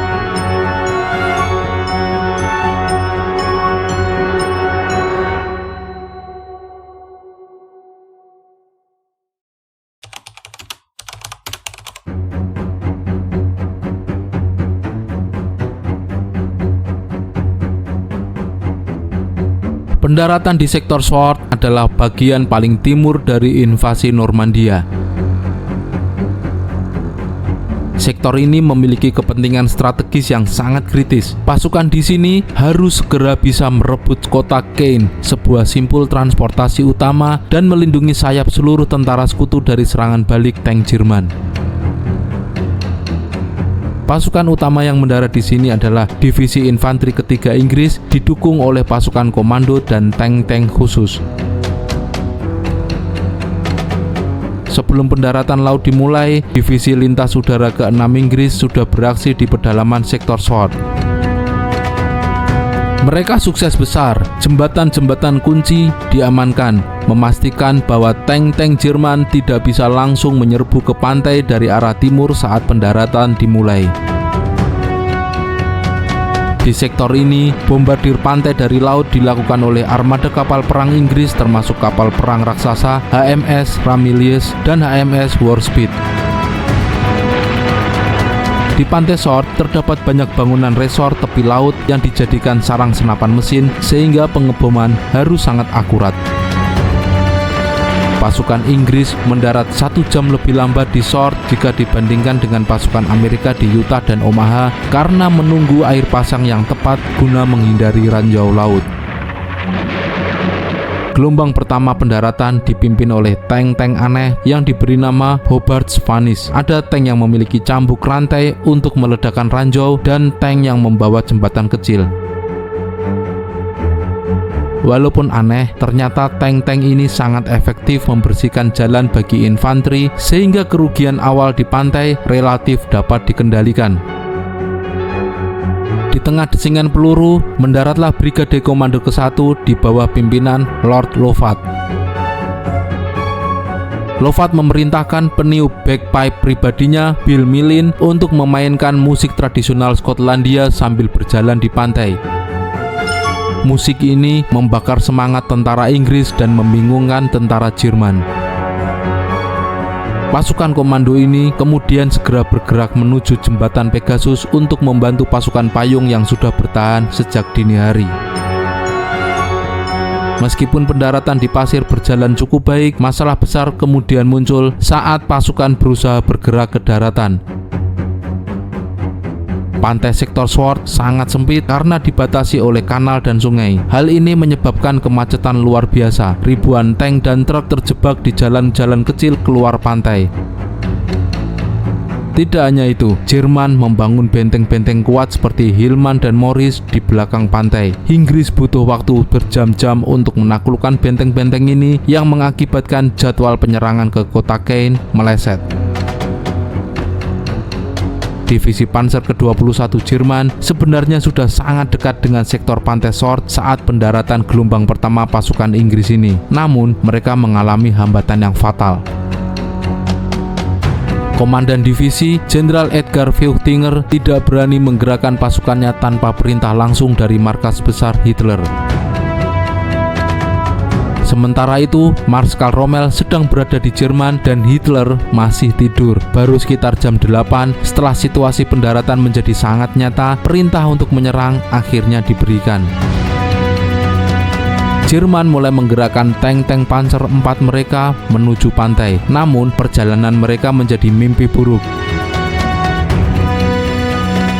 Langit sudah dikuasai sepenuhnya oleh pesawat RAF Inggris seperti Typhoon dan Spitfire. Tank-tank Jerman yang bergerak di jalan raya terbuka menjadi sasaran empuk. Banyak tank Jerman hancur sebelum sempat melihat laut. Pasukan tank Jerman kemudian juga harus melewati jalan-jalan sempit di kota Caen yang sudah mulai hancur akibat pengeboman memperlambat gerak maju mereka hingga berjam-jam. Setelah berhasil berkumpul di utara Caen, divisi Panzer ke-21 kemudian melancarkan serangan dua arah. Kekuatan mereka adalah sekitar 50 tank Panzer IV yang didukung oleh infanteri bermotor atau Panzer Grenadiers. Target mereka adalah menembus celah di antara pantai Sword yang dikuasai Inggris dan pantai Juno yang dikuasai oleh Kanada untuk memutus komunikasi sekutu. Tank-tank Jerman berusaha mendobrak pertahanan divisi ketiga Inggris yang telah bersiap di punggung Bukit Perriers. Taktik Inggris adalah menempatkan meriam anti-tank 17 pounder dan tank-tank Sherman Firefly yang meriamnya mampu menembus lapisan baja Panzer IV dengan mudah. Hasilnya, Jerman kehilangan sekitar 13 tank dalam waktu yang singkat. Serangan utama mereka di sektor ini berhasil dipatahkan. Meskipun serangan utama dihentikan, satu kompi Jerman di bawah pimpinan Kapten Wilhelm von Goldberg berhasil menemukan celah di antara sektor Sword dan Juno yang belum terjaga ketat. Mereka berhasil mencapai desa Lyon-sur-Mer dan melihat selat Inggris secara langsung. Secara teknis, mereka berhasil membelah posisi sekutu. Saat para prajurit Jerman ini melihat ke arah laut, mereka terpana melihat ribuan kapal perang sekutu yang sudah memenuhi cakrawala. Mereka baru sadar bahwa satu kompi ini akan sendirian melawan armada raksasa sekutu. Mental mereka langsung runtuh. Sekutu kemudian meluncurkan gelombang besar pesawat layang atau gliders yang membawa pasukan bantuan tepat di atas kepala pasukan Jerman yang sedang menyerang. Komandan Jerman di lapangan mengira mereka akan dikepung oleh pasukan lintas udara yang baru saja mendarat di belakang mereka. Khawatir akan hancur total, diperintahkanlah penarikan mundur pasukan kembali ke kota Caen untuk membentuk pertahanan defensif. Di sektor Sword, lebih dari 28.000 tentara Inggris berhasil mendarat. Korban di pihak Inggris sekitar 630 orang, baik metong maupun terluka. Inggris gagal merebut kota Caen pada hari pertama. Caen baru berhasil jatuh setelah berminggu-minggu kemudian. Namun, Inggris berhasil mengamankan sayap timur invasi dan mencegah Jerman menghancurkan jembatan di pantai.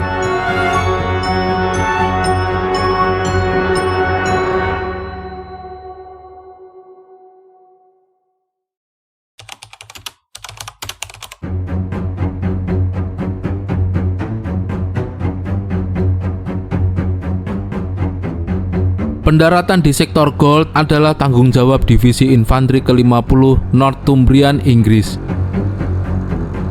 Sektor ini terletak di tengah-tengah kelima pantai invasi, menjadikannya titik krusial untuk menghubungkan pasukan Amerika di barat di sektor Omaha dan pasukan Kanada di timur di sektor Juno. Bombardir di sektor Gold sangat efektif. Kapal penjelajah Inggris seperti HMS Ajax yang terkenal karena pertempuran River Plate menghancurkan banyak baterai artileri Jerman di pedalaman.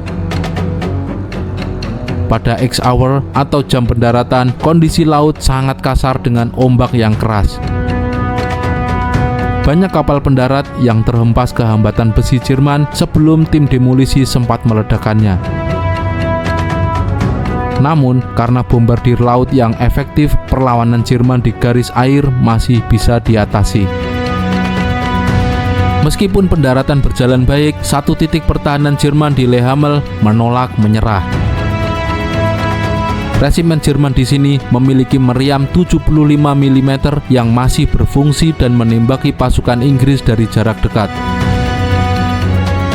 Inggris akhirnya berhasil menaklukkan posisi ini setelah tank-tank mereka berhasil mendekat dan menembakkan peluru langsung ke lubang-lubang bunker. Setelah mengamankan pantai, misi utama divisi ke-50 ini adalah merebut kota Bayeux, sebuah kota pusat transportasi penting. Pasukan Inggris merangsek masuk dengan cepat. Bayeux akhirnya menjadi kota besar pertama di Prancis yang dibebaskan secara utuh tanpa kerusakan berat akibat pertempuran. Di sore hari, pasukan Inggris dari Gold berhasil menjalin kontak dengan pasukan Kanada dari pantai Juno, menciptakan garis depan yang bersatu. Salah satu pencapaian terbesar di sektor Gold pada akhir hari D-Day adalah pengamanan desa Arromanches.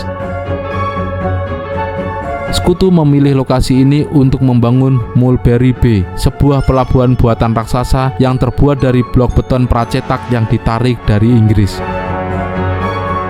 Ini memungkinkan Sekutu untuk terus mendaratkan kendaraan-kendaraan besar meskipun mereka belum berhasil merebut pelabuhan laut dalam seperti di Cherbourg. Akhirnya dalam satu hari, sekitar 25.000 tentara Inggris berhasil mendarat di sektor Gold. Mereka hanya mengalami kerugian sekitar 400 orang, baik yang metong maupun luka. Angka ini dianggap rendah mengingat kompleksitas pertahanan Jerman di sana.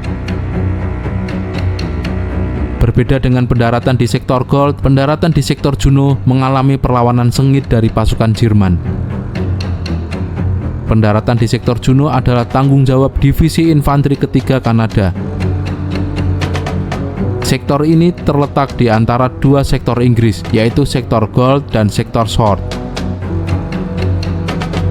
Berbeda dengan pantai lainnya, pendaratan di Juno harus ditunda selama sekitar 30 menit karena kondisi laut yang sangat buruk dan adanya karang berbahaya di lepas pantai. Penundaan ini membuat air laut sudah terlanjur pasang saat kapal pendarat tiba. Akibatnya, banyak hambatan pantai Jerman seperti ranjau dan tiang besi sudah tertutup air dan tidak terlihat. Sekitar 30% kapal pendarat Kanada hancur atau rusak karena menabrak ranjau yang tersembunyi di bawah permukaan air saat mencoba merapat ke pantai. Karena pendaratan terlambat, bombardir angkatan laut sudah berhenti cukup lama sebelum tentara Kanada menyentuh pasir. Hal ini memberi waktu bagi tentara Jerman untuk keluar dari bunker dan bersiap. Pasukan Kanada dari Resimen Royal Winnipeg Rifles dan The Queen's Own Rifles of Canada mendarat tepat di depan posisi pertahanan Jerman yang masih utuh. Di beberapa titik pendaratan, gelombang pertama kehilangan hampir setengah dari personilnya dalam beberapa menit pertama.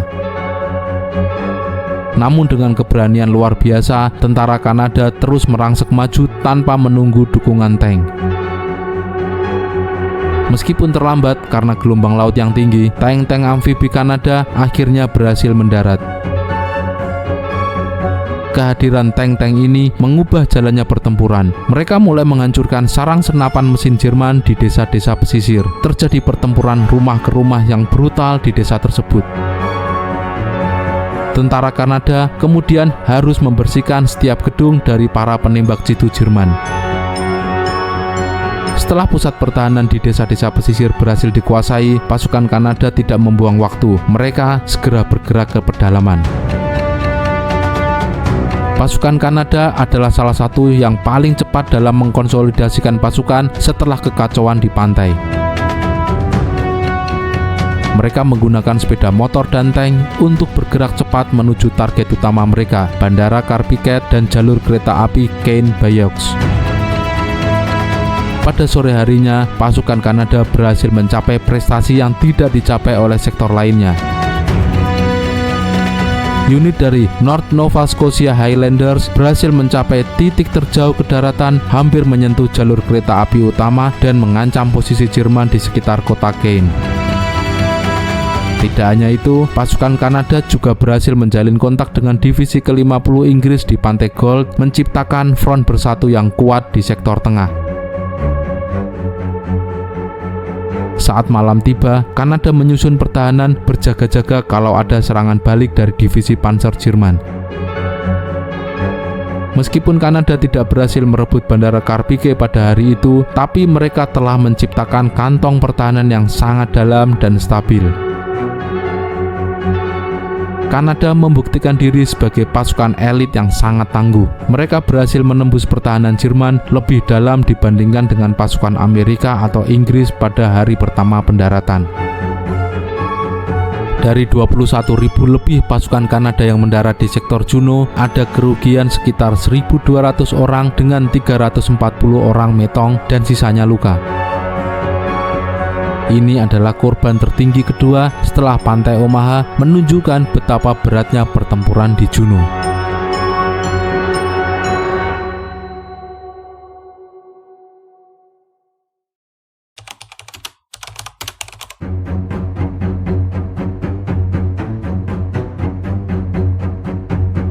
Pendaratan di Pantai Omaha adalah momen paling kritis, paling berdarah, dan hampir menjadi kegagalan total bagi pendaratan Sekutu pada tanggal 6 Juni 1944 atau yang dikenal sebagai D-Day.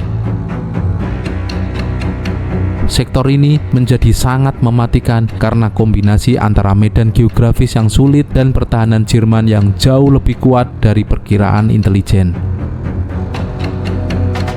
Ada 2 divisi infanteri utama dan 2 batalion pasukan elit yang menjadi tulang punggung pendaratan di Omaha.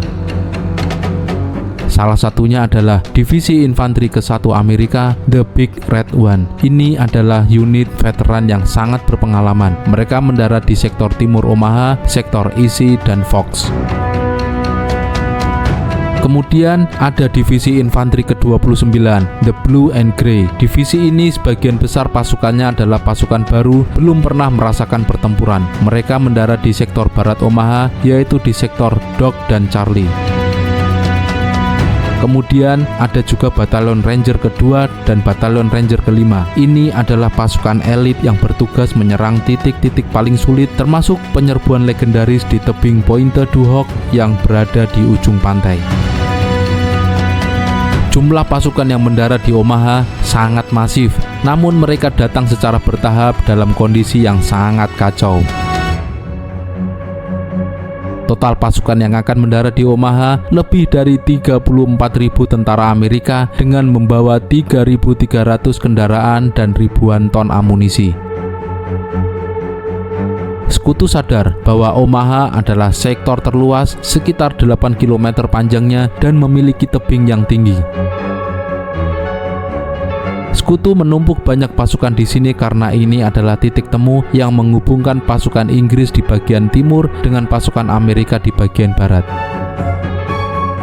Pasukan di sini diharapkan bisa segera menguasai jalan raya utama menuju kota St. Louis. Sebelum pasukan mendarat, nasib sial sudah mulai membayangi pasukan Amerika yang akan mendarat di Omaha. Rencana awalnya, Sekutu menggunakan kekuatan udara masif untuk melubangi pertahanan Jerman dan menciptakan kawah-kawah besar di pasir pantai yang bisa digunakan tentara Amerika sebagai lubang perlindungan atau foxhole. Sekutu mengerahkan lebih dari 446 pesawat bomber berat B-24 Liberator. Misinya sangat spesifik, yaitu menjatuhkan sekitar 13.000 ton bom tepat di atas garis pantai Omaha hanya beberapa menit sebelum pintu kapal pendarat dibuka. Namun, masalahnya pada pagi itu, langit di atas Normandia tertutup awan tebal dan kabut. Karena teknologi radar saat itu belum cukup akurat untuk pengeboman presisi menembus awan tebal, maka pilot diperintahkan untuk melakukan pengeboman secara visual jika memungkinkan. Karena awan yang sangat rendah, mereka tidak bisa melihat target bunker Jerman di tebing. Ini adalah faktor teknis yang paling menentukan. Armada kapal pendarat Amerika sudah berada sangat dekat dengan pantai, hanya beberapa ratus meter dari darat saat pesawat bomber tiba di atas target. Para pilot dan komandan udara sadar bahwa jika mereka melepaskan bom terlalu awal dalam kondisi pandangan tertutup, mereka berisiko mengebom pasukan kawan sendiri yang sedang mendekat di laut. Perintah diberikan untuk menunda pelepasan bom selama beberapa detik, antara 5 hingga 30 detik setelah instrumen menunjukkan mereka berada di atas target untuk memastikan bom jatuh aman di daratan. Dampaknya pun fatal, penundaan beberapa detik di udara saat pesawat terbang dengan kecepatan ratusan kilometer per jam, berarti bom jatuh sangat jauh dari target. 13.000 ton bom tersebut jatuh sekitar 1 hingga 3 km di belakang garis pantai. Alih-alih menghancurkan bunker Jerman di tebing, bom-bom tersebut hanya membuat lubang di ladang-ladang pertanian. Bunker-bunker beton Jerman seperti Widerstandsnest 62 yang terkenal tidak mengalami kerusakan sama sekali. Senapan mesin MG42 dan meriam 88 mm Jerman tetap siap untuk menembak. Sama seperti pengeboman udara, bombardir angkatan laut di pantai Omaha juga dianggap gagal mencapai tujuan utamanya. Meskipun dilakukan oleh kapal-kapal perang raksasa, hasilnya tidak mampu melumpuhkan pertahanan Jerman sebelum pasukan Amerika mendarat. Salah satu kesalahan fatal dalam perencanaan di Omaha adalah durasi tembakan.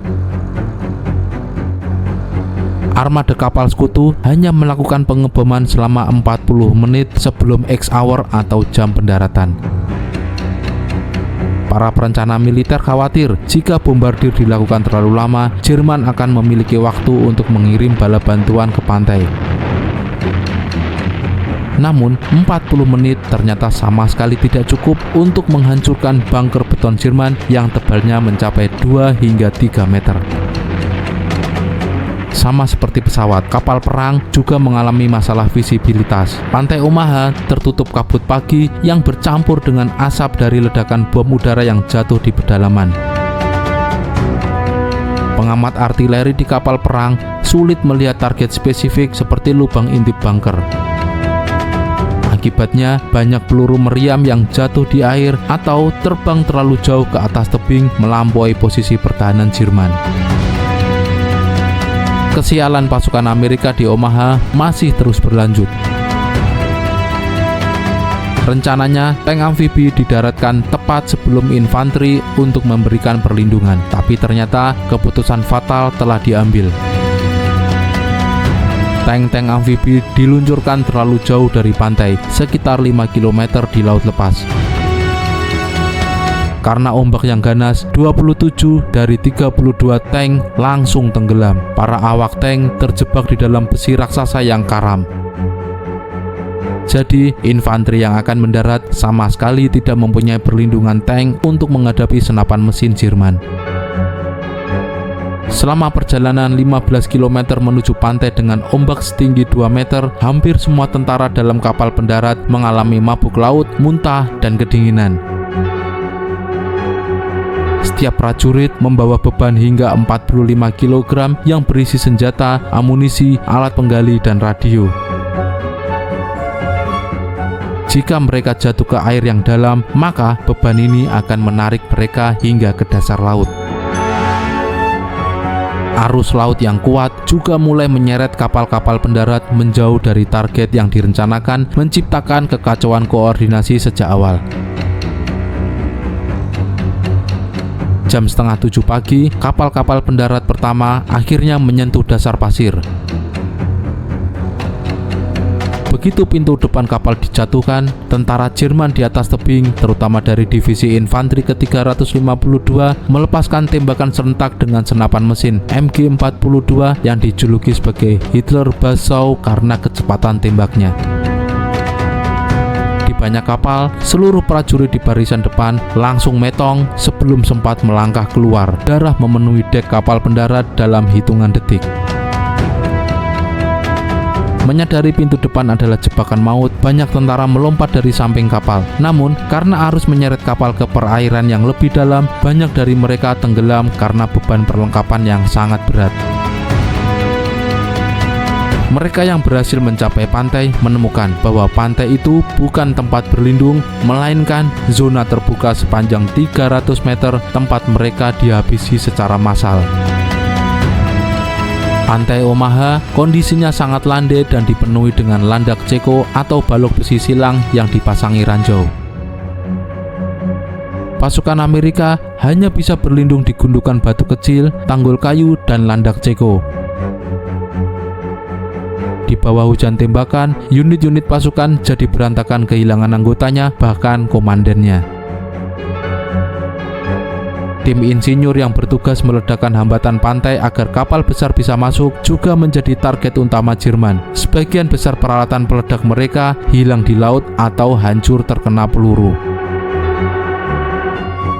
Tanpa jalur yang dibersihkan, gelombang pendaratan berikutnya yang dijadwalkan tiba tiap 10 hingga 15 menit mulai menumpuk di laut, menciptakan kemacetan dan menjadi sasaran empuk bagi artileri Jerman.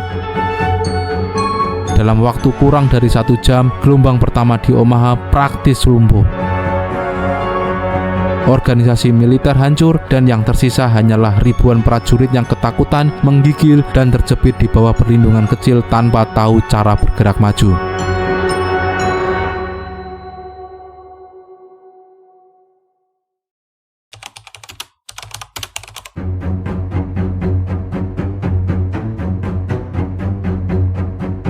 Gelombang pertama pasukan Amerika dihabisi di pantai Omaha, dan ini adalah titik terendah dalam seluruh operasi D-Day di mana organisasi militer Amerika Serikat hampir saja runtuh. Tentu saja, Operation Overlord bisa berada di ambang kegagalan. Sesuai jadwal yang kaku, gelombang pendaratan kedua mulai tiba di pantai, namun mereka tidak menemukan pantai yang sudah dibersihkan, melainkan pemandangan horor. Kapal-kapal pendarat gelombang kedua tidak bisa merapat karena pantai dipenuhi oleh bangkai kapal yang terbakar dan tank-tank yang lumpuh dari gelombang pertama.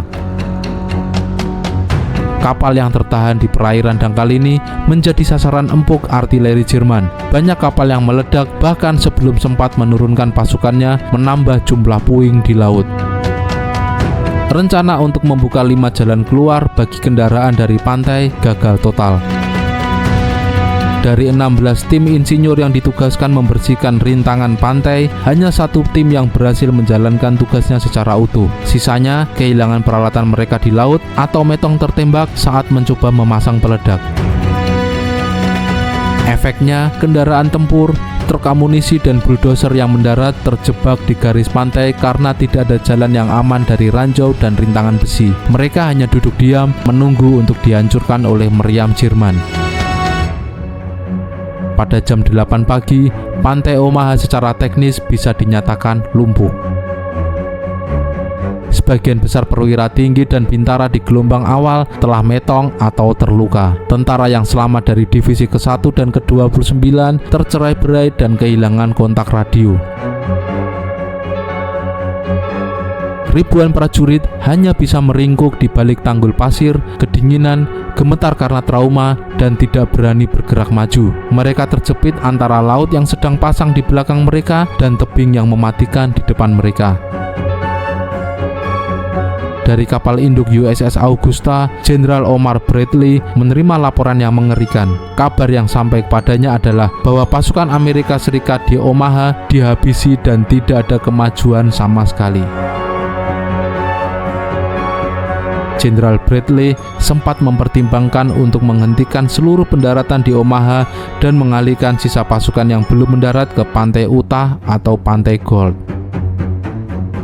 Tapi, jika Omaha ditinggalkan, akan tercipta celah sejauh 30 km di tengah garis-garis depan sekutu yang bisa dimanfaatkan Jerman untuk menyerang balik dan menghancurkan seluruh invasi.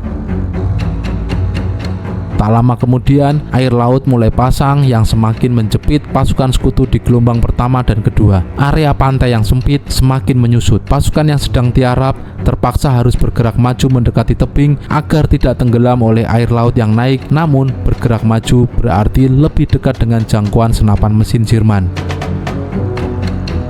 Tenaga medis tidak bisa mengevakuasi korban luka karena kapal pendarat tidak bisa kembali ke laut akibat rintangan yang belum dibersihkan. Korban luka-luka banyak yang metong tenggelam karena tidak mampu bergerak saat air laut naik.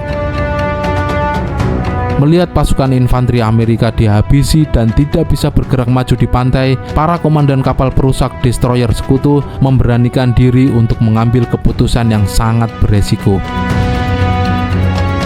Kapal perusak destroyer Amerika seperti USS McCook, USS Carmick, dan USS Frankfurt mulai berlayar sangat dekat ke pantai. Sedemikian dekatnya hingga kapal-kapal perusak ini hampir saja kandas. Dari jarak hanya sekitar 800 hingga 1000 meter, mereka mulai menembakkan meriam 5 inci mereka secara horizontal langsung ke arah bunker beton Jerman yang berada di lereng tebing. Tembakan presisi ini berhasil menghancurkan banyak sarang senapan mesin MG42 dan meriam anti-tank Jerman yang selama 2 jam sebelumnya tidak tersentuh oleh pesawat bomber sekutu. Ini adalah titik balik bagi pasukan sekutu di Omaha. Di tengah hujan peluru, beberapa perwira Amerika yang selamat menyadari bahwa diam di pantai berarti mati. Kolonel George A. Taylor, komandan resimen ke-16, berdiri di tengah desingan peluru dan berteriak kepada pasukannya yang ketakutan. Hanya ada 2 jenis orang yang tinggal di pantai ini, yang sudah metong dan yang akan metong. Sekarang, mari kita pergi dari sini. Bahkan, seorang jenderal Amerika juga melakukan tindakan berani dan nekat demi menyuntikkan rasa berani ke anak buahnya. Brigadir Jenderal Norman Kota, komandan divisi ke-29, dengan cerutu di mulutnya berjalan tegak di pantai dan mengabaikan tembakan musuh untuk memotivasi para prajurit. Ia secara langsung membantu mengarahkan peledakan kawat berduri menggunakan Bangalore Torpedoes. Kelompok-kelompok kecil prajurit yang terdiri dari berbagai unit yang tercerai-berai kini mulai membentuk tim dadakan. Pasukan Zeni atau insinyur militer berhasil meledakkan jalur melalui pagar kawat berduri yang tebal. Alih-alih mencoba melewati jalan keluar utama yang dijaga secara ketat oleh meriam Jerman, para prajurit Amerika malah mulai mendaki tebing-tebing curang di antara bunker-bunker Jerman. Mereka menggunakan bayonet dan tangan kosong untuk merangkak naik mencari celah yang tidak diawasi secara langsung oleh musuh. Tidak lama kemudian, tentara Amerika pertama mulai mencapai puncak tebing. Begitu sampai di atas, mereka tidak langsung menyerbu ke depan, tetapi mereka bergerak menyamping untuk menyerang bunker-bunker Jerman dari arah belakang, samping, atau menyerang dari titik buta bunker. Satu persatu posisi pertahanan Jerman yang semenjak pagi menghabisi pasukan Amerika di pantai mulai dibungkam dengan granat atau tembakan jarak dekat. Tekanan terhadap pasukan yang masih berada di bawah pantai mulai berkurang secara drastis.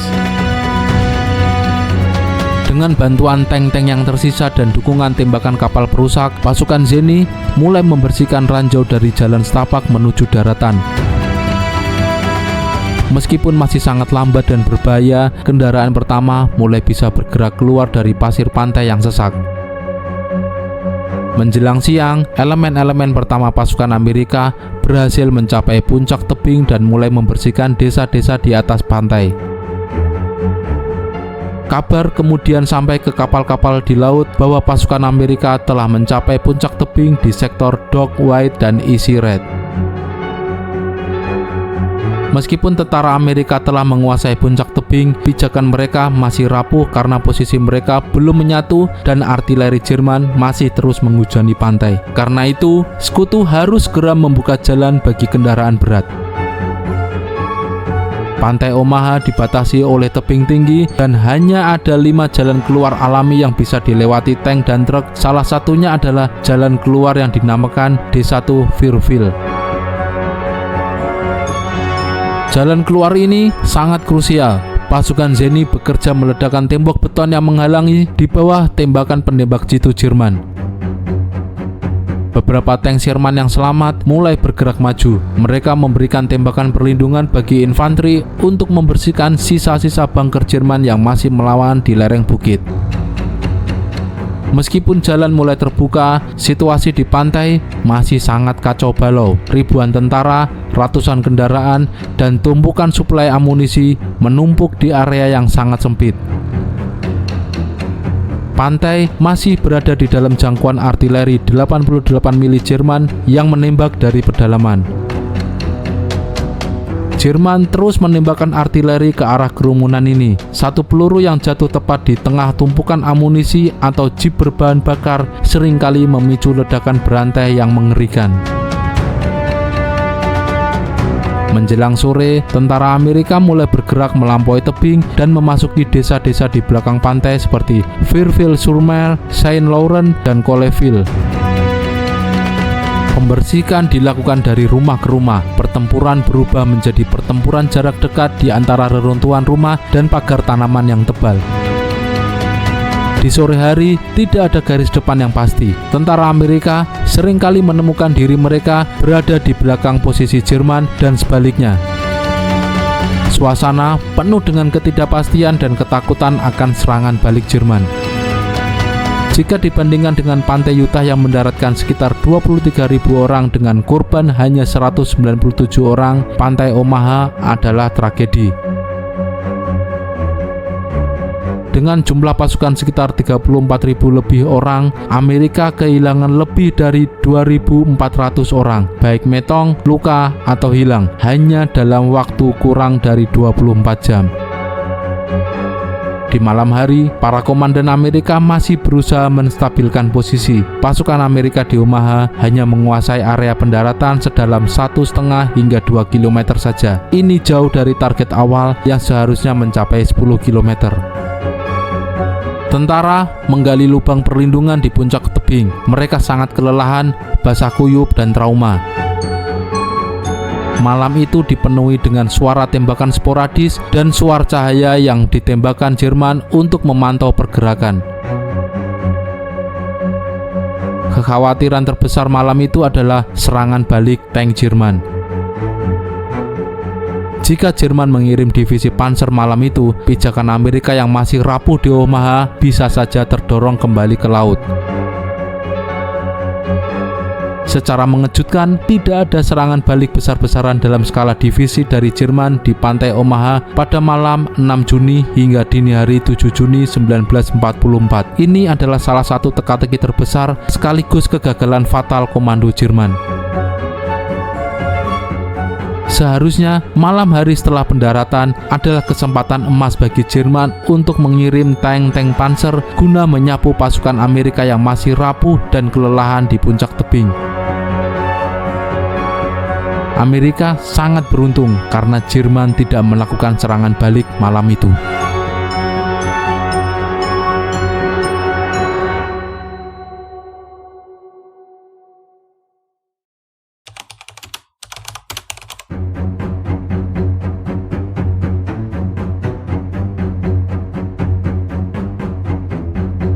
Setelah kekacauan pada hari pertama pendaratan pada 6 Juni 1944, sekutu memasuki fase yang sangat kritis, yaitu konsolidasi. Ini bukan sekedar istirahat, melainkan upaya raksasa untuk menyambungkan 5 pantai yang terpisah menjadi satu garis depan yang solid sepanjang 80 km. Tanpa konsolidasi yang cepat, Jerman bisa saja menusuk di sela-sela pantai dan menghancurkan setiap sektor satu persatu. Prioritas utama sekutu adalah menyatukan kelima kantong pendaratan sektor Utah, Omaha, Gold, Juneau, dan Sword. Penyatuan Utah dan Omaha adalah misi tersulit. Di antara kedua pantai ini terdapat kota Carentan yang dikelilingi oleh rawa-rawa. Divisi lintas udara ke-101 Amerika harus bertempur brutal yang kemudian dikenal sebagai Pertempuran Carentan untuk merebut kota ini. Pada 12 Juni, pasukan dari Utah dan Omaha akhirnya bersalaman menciptakan garis depan Amerika yang menyatu. Sektor Gold, Juneau, dan Sword berhasil menyatu lebih cepat karena jarak antar pantai yang lebih dekat ditambah perlawanan Jerman di garis pantai yang lebih cepat dipatahkan. Tak hanya melakukan penyatuan, sekutu juga melakukan pembersihan terhadap tentara-tentara Jerman yang tertinggal di bunker-bunker atau desa-desa yang terlewat saat pendaratan. Pasukan cadangan yang mendarat di hari setelah D-Day ditugaskan untuk membersihkan sniper dan unit artileri Jerman yang masih bersembunyi di hutan-hutan kecil. Mereka juga harus mengamankan ribuan tawanan perang Jerman yang mulai menyerah secara massal karena kehabisan amunisi. Begitu pasukan sudah bergerak sejauh 5 hingga 10 km ke daratan, mereka kemudian menghadapi medan yang tidak terduga, yaitu bocage. Ini adalah pagar yang berbentuk tanaman yang sangat tebal, tinggi, dan berakar kuat yang biasanya membatasi ladang-ladang di Normandia. Dengan pagar bocage ini, setiap ladang seperti menjadi benteng alami bagi Jerman. Konsolidasi melambat karena tank-tank sekutu tidak bisa menembus pagar ini tanpa modifikasi khusus. Sekutu hanya bisa mengandalkan tank Rhino yang dimodifikasi dengan dipasangi pisau pemotong baja di depannya. Di sisi timur, Jenderal Montgomery dari Inggris melakukan konsolidasi besar-besaran di depan kota Caen. Tujuannya bukan hanya merebut kota, tetapi untuk menarik perhatian seluruh divisi panser Jerman ke arah Inggris.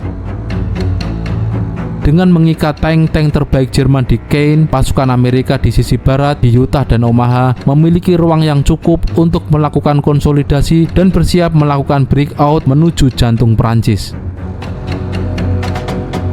Hanya dalam waktu kurang dari seminggu, Sekutu telah mendaratkan 326.000 tentara, 54.000 kendaraan, dan 104.000 ton suplai.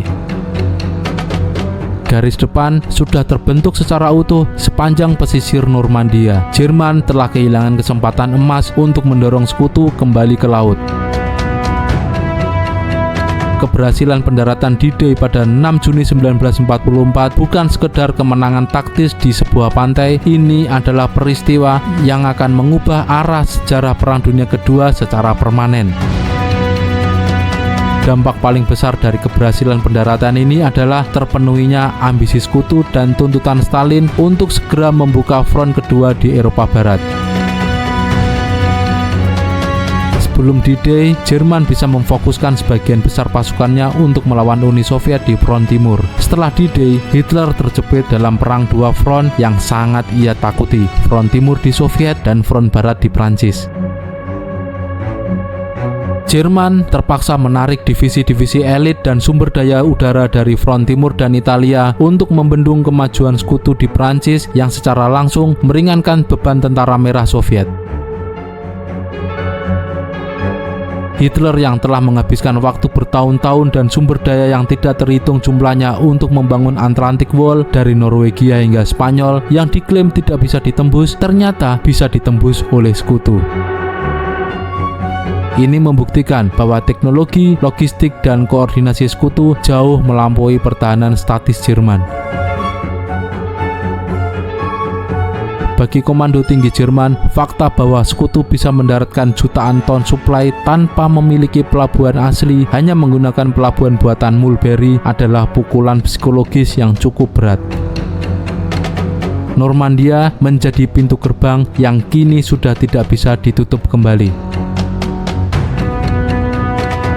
Sekutu kini memiliki pijakan kaki untuk mendaratkan jutaan tentara tambahan yang nantinya akan membebaskan Paris dan kemudian terus merangsek menuju Berlin.